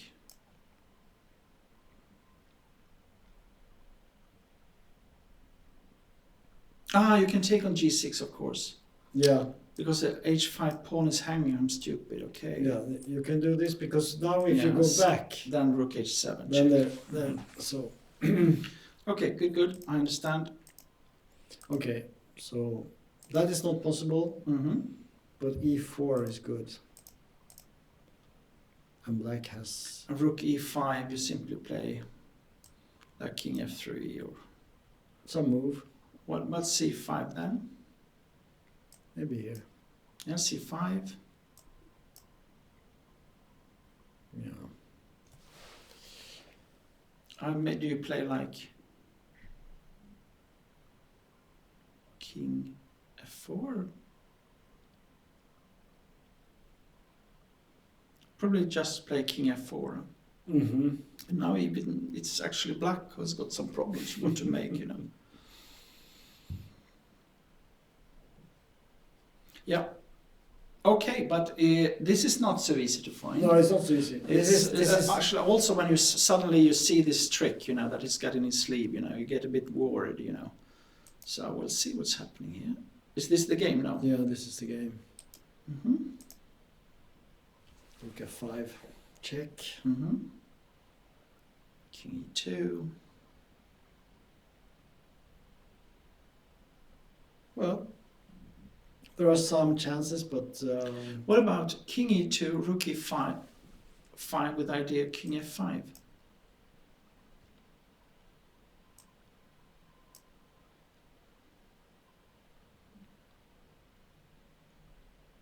But it's again this... it's again the h5. Yeah, the problem is that you have, after king f5, king f3, there are no moves. Mm-hmm. Yeah, I don't believe this. But in practice, I would say this is still some chances to win, of course. Yes, sure. But I think f6 was a bit Mhm. unnecessary. Yeah, absolutely. And you should only try that after having tried everything Yeah, but twice. Yeah, but he must have missed something, you know. Because suddenly white's rook is much more valuable. Yeah, and also, you know, you can feel that you have to do. Normally, you want to have some clean, like you are looking for some, you know, setup with your safe kings or safe rook, save your pawns, and start to support the push of your free pawn. Mhm. But here you can feel that white now has got some attack possibilities, even though you had this tactical trick, you know. So yeah. Okie dokie. What more? Do we have anything more, or what is the way? What is it? Okay, so he's fighting. White is winning. Knight to d5 looks good. One big mistake and black makes a draw somehow.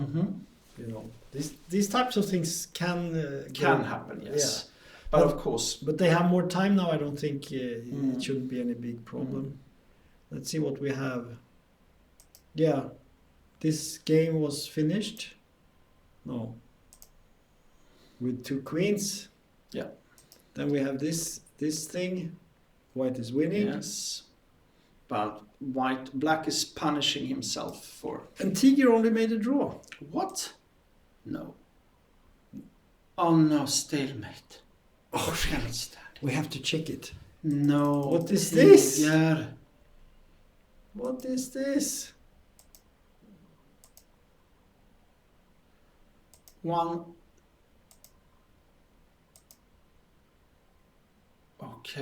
single last trick. Rook A.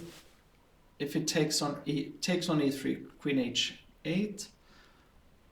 But you know, you can check on C1. But you know, the point is that after A2, he played that. Yeah, I know that. Then the Queen H. Yes, I saw this. that. This is quite remarkable. And now check here. Mm-hmm. And if you take with the bishop, it's stalemate. And if you go here, it's... But come on, how can you miss this one? I can't believe this. I would say it's missable. You can miss it. But after Rook E3, you have to think. Of course, you can play Queen to D1 check and Queen H5 or something like that, you know, if you need to. Yeah. Come on. I mean, this is ridiculous, actually. There's also this very strong move. Because if you move the king now, I think you can just take the rook. There's no stalemate. Yes, and Queen H6 is not... Rookie one. Or so you have to play rook E1. And A2. And A2. I mean, this should be quite easy, right? Yes, for sure. Oh, poor Tiger. I'm not going to talk to him right now. No. Okay, so what time do we have? 7:45. I think it's time to actually end this stream. We didn't get to any interview today, but we are going to improve tomorrow. Yes, we are. And then we're going to be much better. Yeah. It was a little bit chaotic. We were a little bit late and so on. So what? Everything was a bit late. Yeah. So but we are on track and I would say tournament. Great games so far. And some really shocking turnarounds. This was perhaps the most shocking.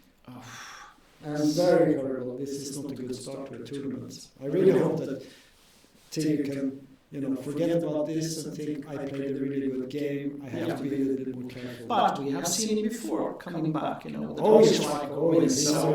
Yeah. So and he's a fighter. He's not the guy who goes home and cries. He will come back with revenge. I know that. Yes, for sure. So thank you very much.